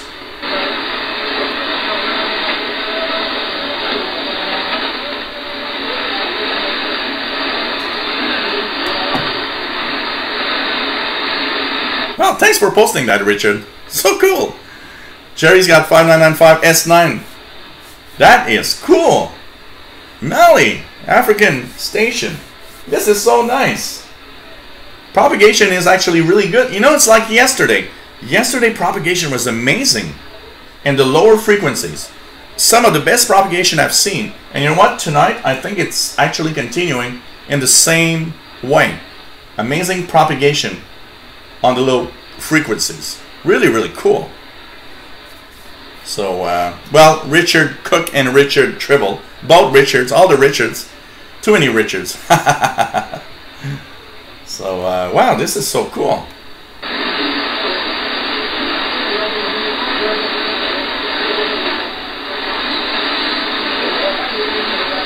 Wow, out of Mali. This is amazing. This is amazing. Hey, Syria. I told you, Syrian Willow. Huh? I told you. I didn't know you were still there. I wished you were still there, so it's cool that you are here. So you see, you heed your words. There you go. I didn't know you were still there. But hey, peace, and nothing negative about what I said, by the way. It's just that, you know what, I like it when I do something like that to show everybody, yeah, you think DX is gone and there's too much noise and nothing is possible. I'm right smack in the middle of a big city, Montreal. I got tons of noise, and I'm DXing Mali on 5995. So it's amazingly cool, and it tells you that everything's possible. Brett Wayne 5995 is S9 in Western New York, KC2 and XP. Pretty cool, pretty cool. NL13248 says it's 9 o'clock at night, 60-year-old, and I am almost going to my bed. And cool. Love your stream. Hope next time to be one of your listeners. Cool. Always nice to have everybody on. So 73, my friend, from Omen in the Netherlands. Always nice to have everybody on board. It's just so cool. Just so cool. And pretty interesting. What is that? Myanmar? 5986? I don't think I'm going to hear that. But, 5986. Wow, I think it's raining outside. It's raining real hard. Rain just started. Maybe that thunderstorm is on the way. So you see now the audio's down. It seems that when the music's there, I hear it, but when there's no music, it's just too weak. Wow, this is pretty cool. Let's try 9650 Radio Guinea.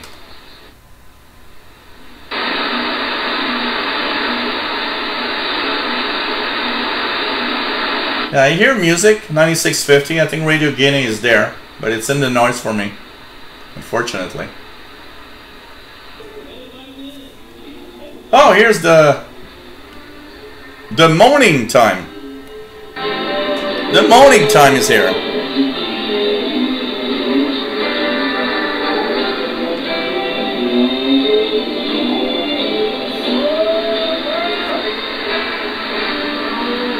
I always have the impression that there's a bunch of cows mooing in that show. What'd I do? 9505, Brother Stairs morning time.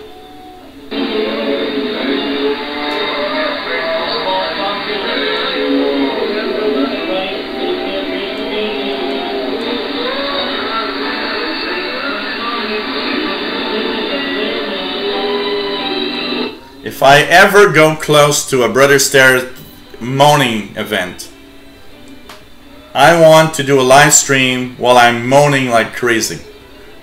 I think that's what I'd like to do. Is it called a moaning event? That's probably called some kind of prayer for God mercy or whatever, but man, I want to be at a moaning event. Sounds like a bunch of cows.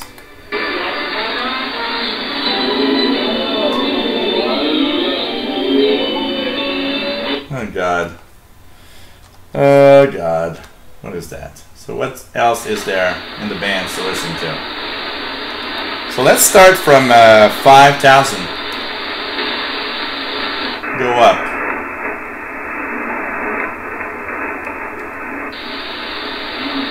Very weak, but Radio Rebelde Cube on 5025. Yeah, I know 9330 is even crazier. I know that. The Screaming Preacher. Very weak Cuba and 5040. Okay, let's check it out. What else do we have here? Anything special? Oh, that's a static crash from a thunderstorm. That line and this other line, that means thunderstorms are moving closer. Look at that. More and more static crashes.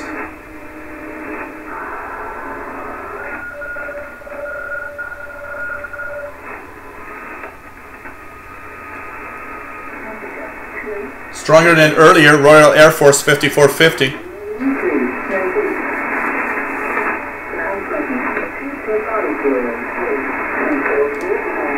Shortwave Moan. Welcome to the Shortwave Moan channel.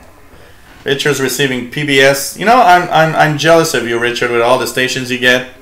Really, really am jealous. I need to go to the UK and listen to the radio with you. I gotta say.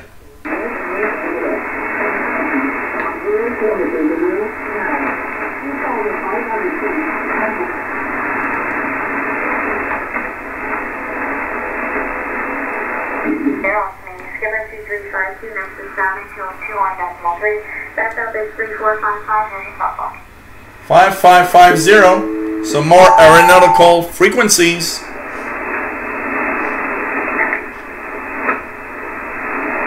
Five 5550 upper sideband. Take care, Mad Radio DXer.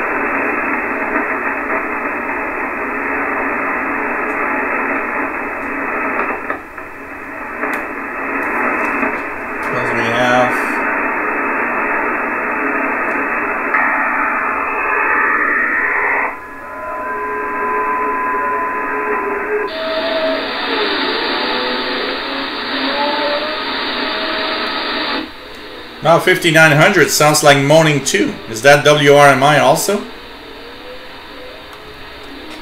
5900 is Brother Stare from Bulgaria. So now we're hearing the moaning from Bulgaria. Okay. Wow, how much money does Brother Stare spend on international broadcasts?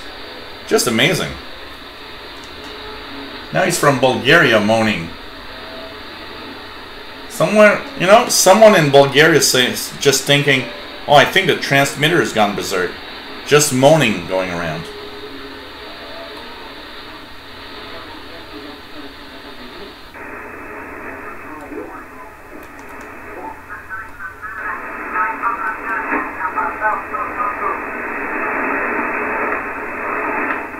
Hey, you guys. There's something in upper sideband on 5818.5.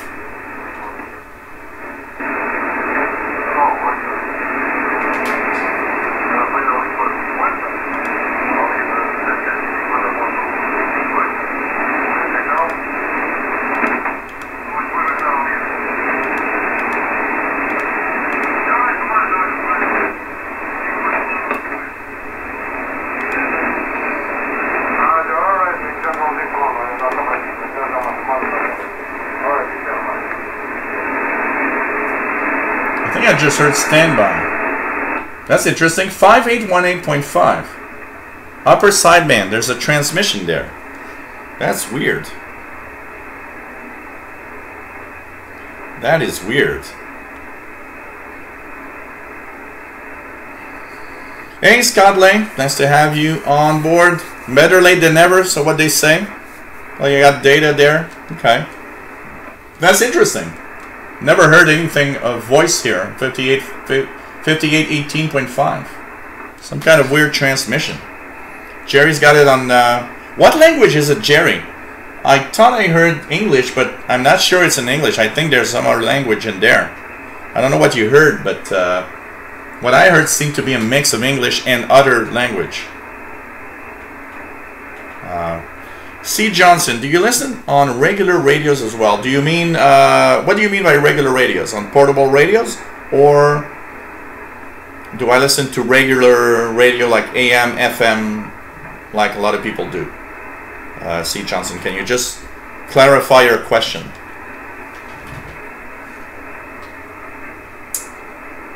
Nothing much? Oh really? North Korean Spanish on 15245, playing music. Wow.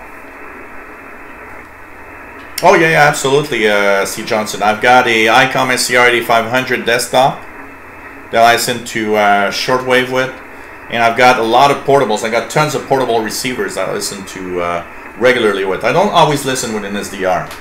I like the waterfall because, for example, the only reason I tuned there because I saw something in the waterfall, and that's what I like about software-defined radios, is that you have a visible, a visual of signals everywhere.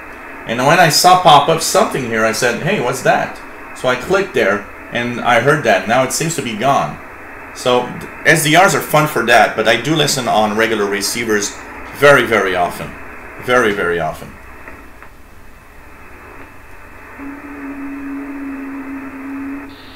$58.60. Some kind of weird buzzing thing.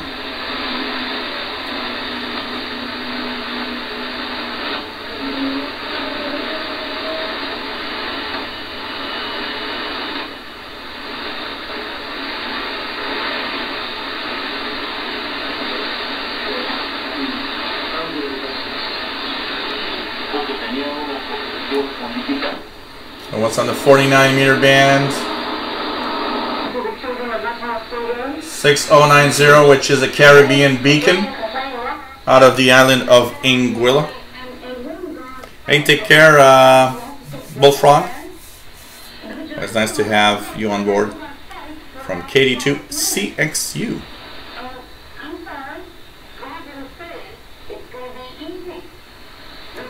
The best way to test a bandpass filter is to add it and to see if it actually, it's really to see if one of your receivers has a problem with reception. For example, I've got some receivers here that have a problem with FM breaking through, and so you got to use that receiver that has that problem and put the filter and see if it works.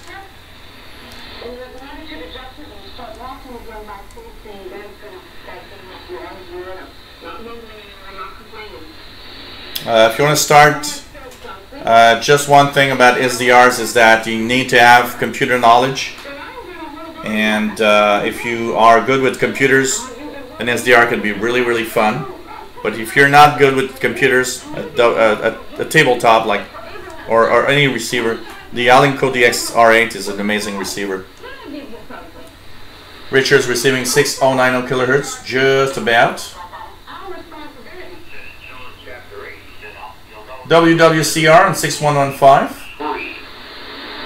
And he was talking about free from sin, free from yourself, from your own weed and from your own sin.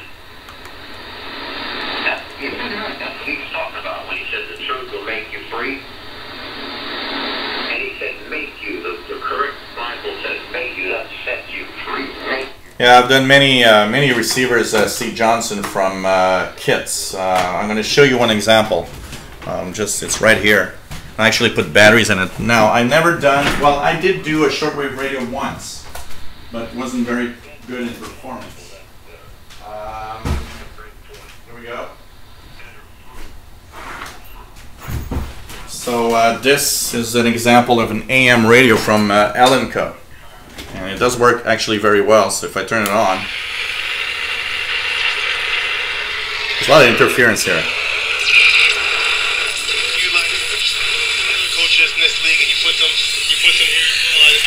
I'd say the same thing. It wouldn't be anything negative towards those coaches. Mark Tressman is just special. All right, Bear Woods.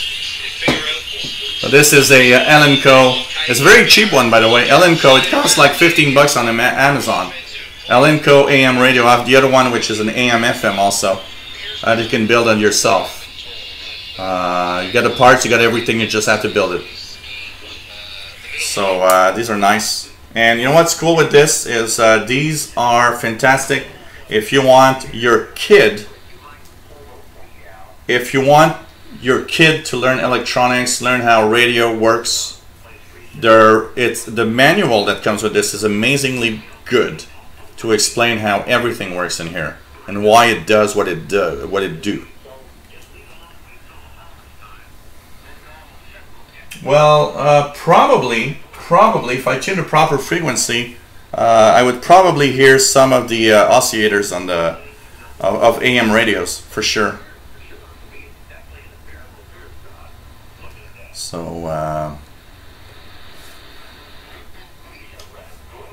oh really, Mike Bach? The Island Star Roamer shortwave in 1967. Probably was a tube radio, I would guess, right? In '67. It could have been transistor, but I would guess it probably was a tube radio back then. The only shortwave radio I did was a little kit from Radio Shack that was a small shortwave receiver that was pretty crappy, but had a lot of fun to it.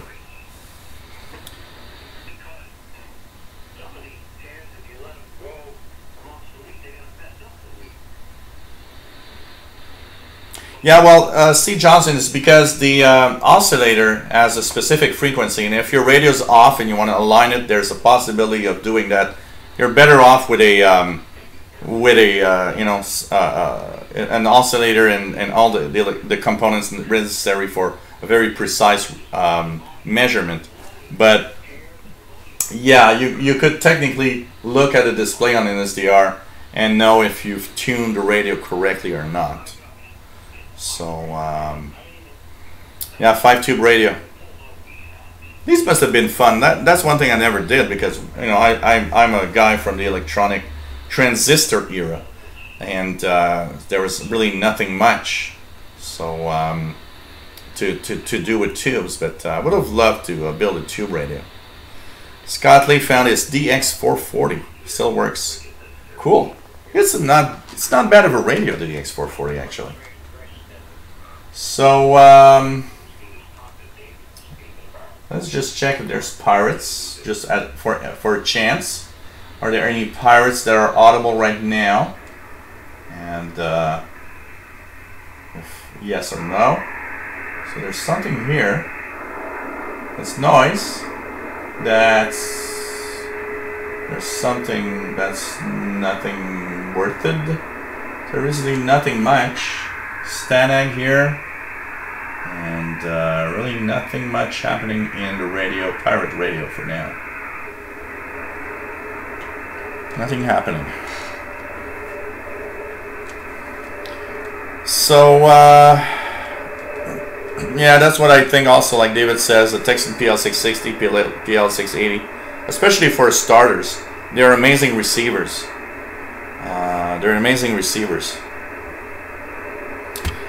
So one last call before we say bye-bye. Remember that your donations are very important for me to continue doing these shows. Patreon.com/radioandcomputers. If you use the old Yahoo email, it still works with PayPal. You can also use paypal.me/shortwave for donations. And hey, it's been almost 3 hours and a half. Hope you guys enjoyed today's show. It's about propagation, tuning around, and having fun with radio. Thunderstorms are very close. I started hearing some booms. So I will sign off. I want to say thank you for everybody that's joined today. Thank you for being here. You guys are absolutely fantastic. And without you, I would be alone. Texan PL380 Fabio Berti is a fantastic radio for beginners. It is very sensitive, and you will hear a lot of stuff with that radio. It's an amazing receiver.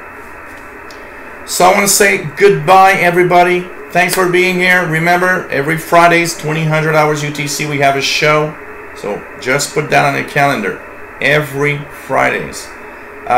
Saturday, August 19th. We are live at 2000 hours UTC from the Canadian International DS Club Barbecue in Greenfield Park, Quebec. That's going to be cool. We'll interview Sheldon Harvey and many others, I'm sure. And for the others that also follow me on the week with tech shows, Tuesdays, 3 p.m. Eastern, 1900 hours UTC, we are live with the tech show.